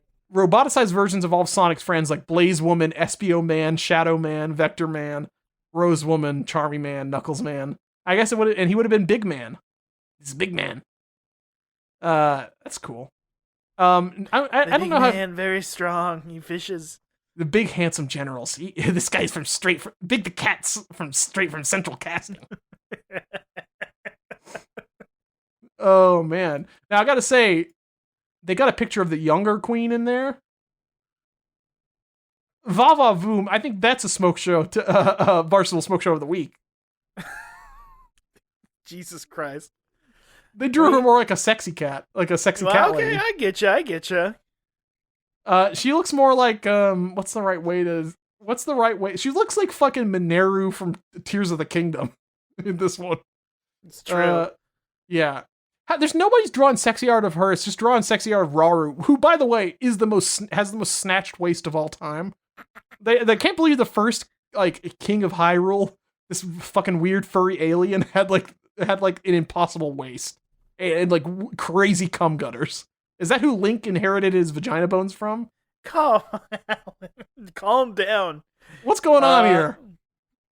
What's going on here? On this one.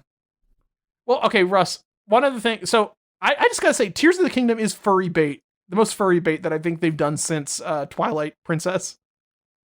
But disagree. What do you think Do you think there's been a more furry Link game or a Zelda game? I guess Twilight Princess. That's what I just said. Yeah. Sorry, I was because he would turn into a wolf. But now they've got sexy furries that hang out with them and are friends, and also their ancestors. These are the crudes for the Link people, basically. People went pretty nuts though on SF6. I'm sorry. Why am I in total space case mode? I'm sorry, Alan. I think I'm worried about my teeth. That fucking big hunk fucked you up. It really has. Like, my mental capacity has like dropped 30%. This fuck. big hunk, it bimbofied me, but in not a good way. Yeah, you dropped the book you were holding when you bit into that really candy did. This fucked me up, dude. I can't believe I broke my tooth on the podcast. Now, okay, it was a tooth that got broken when I was a kid. I got punched in the face by Kevin Looper in 8th grade. Was he a fucking looper? I got punched in the face by a looper. Fuck. And he broke my tooth back then, and I never got anyway, and I got like a fake half of my tooth. So yeah, I'm like, I don't know. What the fuck? This is fucking me up. I'm sorry, Alan. We should wrap up this podcast soon. We should wrap this up so you can. Yeah. Anyway, we got you can rest assured that after Kevin Looper punched you, Bruce Willis did have to come and kill him after his job was done. It's true. Sorry, you had to go back in the weird little oven or whatever that they used to time travel in that movie.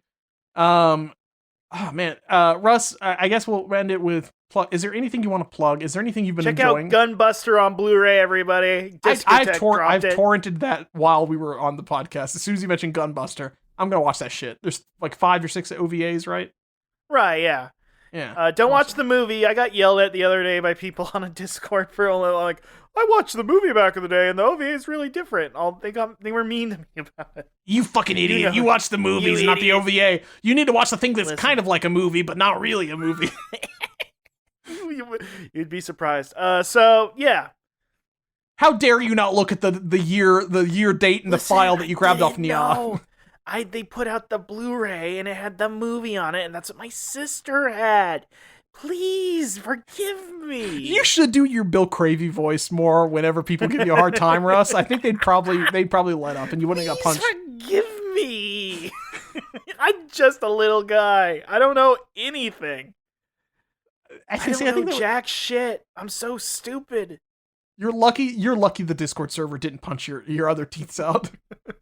For accidentally doing the wrong Gunbuster. Jesus. I gotta say, Shin Kamen Rider, go see that movie on the one other day. If we get this up before the one last day you can see it in America. I wish they did like a broader theatrical release instead of doing this as like a Fathom event or whatever the fuck. But people love the Fathom events. They're so convenient and well paced, and people know when they happen and then don't always go, wait, what's that? I will say, they started this at exactly 7:00. There was no previews, nothing. So I was kind of cutting it short on time. I got to the theater, sat down in my seat, like put up my leg rest, and immediately the Toei like waves crashing on the rocks or the thing happened or whatever the fuck. Or is that Damn. Toho? I Is think it crowded? it was actually kind of packed. Yeah, like it was That's full crazy. of it was full of anime people laughing at the serious scenes and whenever things look cheesy or whatever the fuck. And I did want to turn into fucking Don Momotaro and shoot them with the gun, but I couldn't. You were above humanity. Yeah. Yes, that is true. I felt like I was going to turn into some sort of live action villain in a monster suit. I was gonna turn into maybe like the ninja guy from the guy who loves ninjutsu too much in Don Brothers, or the guy who becomes a wizard. The same guy. Yeah, I think about that guy a lot. he's cool. I Is miss he a that guy? Is he a famous actor? I don't think so.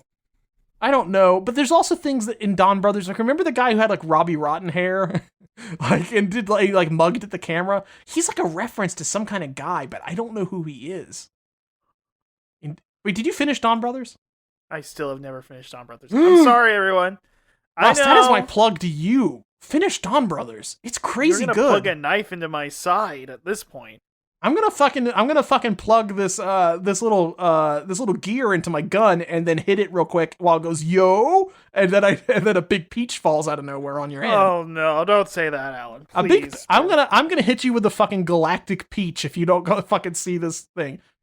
I so much happens in that show, but I think they turn into the CGI, the CGI, big Megazord or whatever, and they do like a football kick on a bad guy at one point. I think like they like punt a guy like a football in one of these fights. It's sick. Good ass show. Don Brothers. It was crazy good every week for like a year, and now it's Never gone. stopped. And I Oh, didn't. God. And nobody told me that King Ogre or whatever the fuck is any good. So nobody told me it was crazy good. So I just haven't watched it. The guy who played the ninja guy, he's nobody. He's just showed up off the street one day. He should be my pitch. You can do whatever. You can bring back past Sentai heroes or whatever. That's fine. Okay, fine. Bring back that guy for every Super Sentai show going forward. He needs to be like the monster of the week that they fight 5 times over. I just want to see more of his story continuing. Like the next one's like he moves. He's like, oh, me and my mom moved after I turned into a monster 5 times. We're finally settling down here. Oh no, I turned into a different kind of monster this week. That's what I want to see happen. I miss that guy. Also, I don't know what the monsters of the week are on this new Super Sentai show. Are they people that just like get mad about getting owned and playing a Souls? Remember the one guy who got mad that his Twitch chat made fun of him for dying in a Souls game? He turned into a monster and started zapping people. Right. That kind of does that happen on this new Super Sentai thing? Does that happen? I'll watch it if it does. I don't know. Does anybody get cucked by like a dog man? I'll watch it if it does. I'm sure it's just a kids show and we're both gonna cry. We'll both cry. We're both cry. Do any of the Rangers have like a realistic panic attack? I don't think they care about that yet in Japan, so I don't know. Maybe not. Maybe not. I don't think anybody in the Don Brothers is capable of having a panic attack ever, except for the pink one, who is always on the verge of like having a panic attack, but he's really just having like a psychotic break and murdering people or trying to. It's like he's on the he's like perfect. He's plateaus at one level of nervous. He's like 60% nervousness, and then the second anything with his wife is involved, it jumps 120%. It goes insane. Yeah, he just loses his fucking mind. He kind of like exists on like the same level of like nervousness as like a Succession character, where he's like, oh fuck, I really fucked up. Something bad's going on here. But then like somebody mentions his wife, he's like, I need to kill everybody driving a car in like a 50-mile radius because my wife almost got hit by a car and I cannot let this stand. What I'm saying is that Jeremy Strong should be the Red Ranger in the next Power Rangers. So you're like, you're telling me that you're fucking telling me that there's Beastars that are attacking. Okay. Now if there's Beastars, that's a different thing. Did you ever finish Beastars? No, I've never watched or read. I read Beastars and it kind of it's one of those things that like ended a little bit faster than I was expecting. I was kind of hoping it would have more because I really just like the world building of that, but it eventually just kind of turned into him like using like his hybrid Komodo dragon powers to like fight like an antelope leopard man, which was pretty cool, but like it wasn't. They went into like, I think like, so that's made by the Baki guy's daughter, right? Right. It kind of turned into like Baki fights at the end, which is weird. That's cool. And I was just kind of expecting like more like rabbit wolf romance and like the rules of this Zootopia world. But at some point it did turn into like, there's a part in there where he does like image training and like viewing his like spirit self or something. And like he does that by imagining like a hybrid wolf rabbit that would be like his future child. And that's like his stand, like that's like his stand or something. That's cool. Kind of. But then there's also wacky stuff happens, like they make him like cross-dress as a lady wolf, and then he has to fight somebody wearing heels or something like that. Some cool stuff happens in that comic. Komodo dragon venom does not work like they show it does, though. I think he uses Komodo dragon venom to like melt the foundation of a building at one point. That's not how. I don't know. That ain't how it works. That's not how that. Call Dr. Stone in here. This is not how it works. That's not how that shit works. Well, anyway, Russ, I guess until next time, until you get your tooth fixed. Yeah. These candy bars, Russ. Never. The big hunk ruined my day. Never let anybody say. Really, like, never let anybody say that we've not sacrificed for this podcast. I really am sitting here like, damn, dude, did I ruin the podcast? That's fine. No, we're laughing and smiling now. We look, Russ. I mean, what's another $100 of the money we flushed down the toilet for this show? Yeah, it's true. And you know what? That's just what we do for the fans. Independent. Review it on iTunes. Review it on iTunes and say there is no other podcasters who would lose parts of their body for the goddamn show. Sacrifice so much of themselves. Yeah, it's true. It's true. I'd give up a tooth. If it meant I could get the chicken bacon carbonara back, you better believe it. You bring it back, baby. Is that what the podcast is just to bring it back at this point? If they bring back the chicken bacon carbonara, we might have to end the show. We might try it and it's good. And then that's the last episode. We'll just like repeat the same episode over and over, just letting people, it's still good, baby. If it's like, a permanent around. If there's ever a time in the future, and this is almost certainly never going to happen because of supply chain issues, but if there's ever a time in the future where the Mexican pizza and the chicken bacon carbonara both become permanent menu items at the same time, we will just be eating those every single episode and we'll have nothing to talk about anymore. This is like, there's nothing, Alexander wept for there are no more lands to conquer. We've got our perfect pies. Nobody can tell us otherwise. Oh, what a dream of a future to strive for, Russ. You know, who's the fuck? Oh, I always forget his name. The hyper normalization guy. What's his name again? Oh, Adam Curtis. Adam Curtis. He's always saying we can't imagine a better future, but I think we just did. Adam Curtis. I can't get you out of my head. Yeah, I can't get the fucking chicken bacon carbonara out of my damn head. Well, until next time, folks. Maybe the chicken bacon carbonara will be back in next episode. Who knows? Live and learn. Live and learn.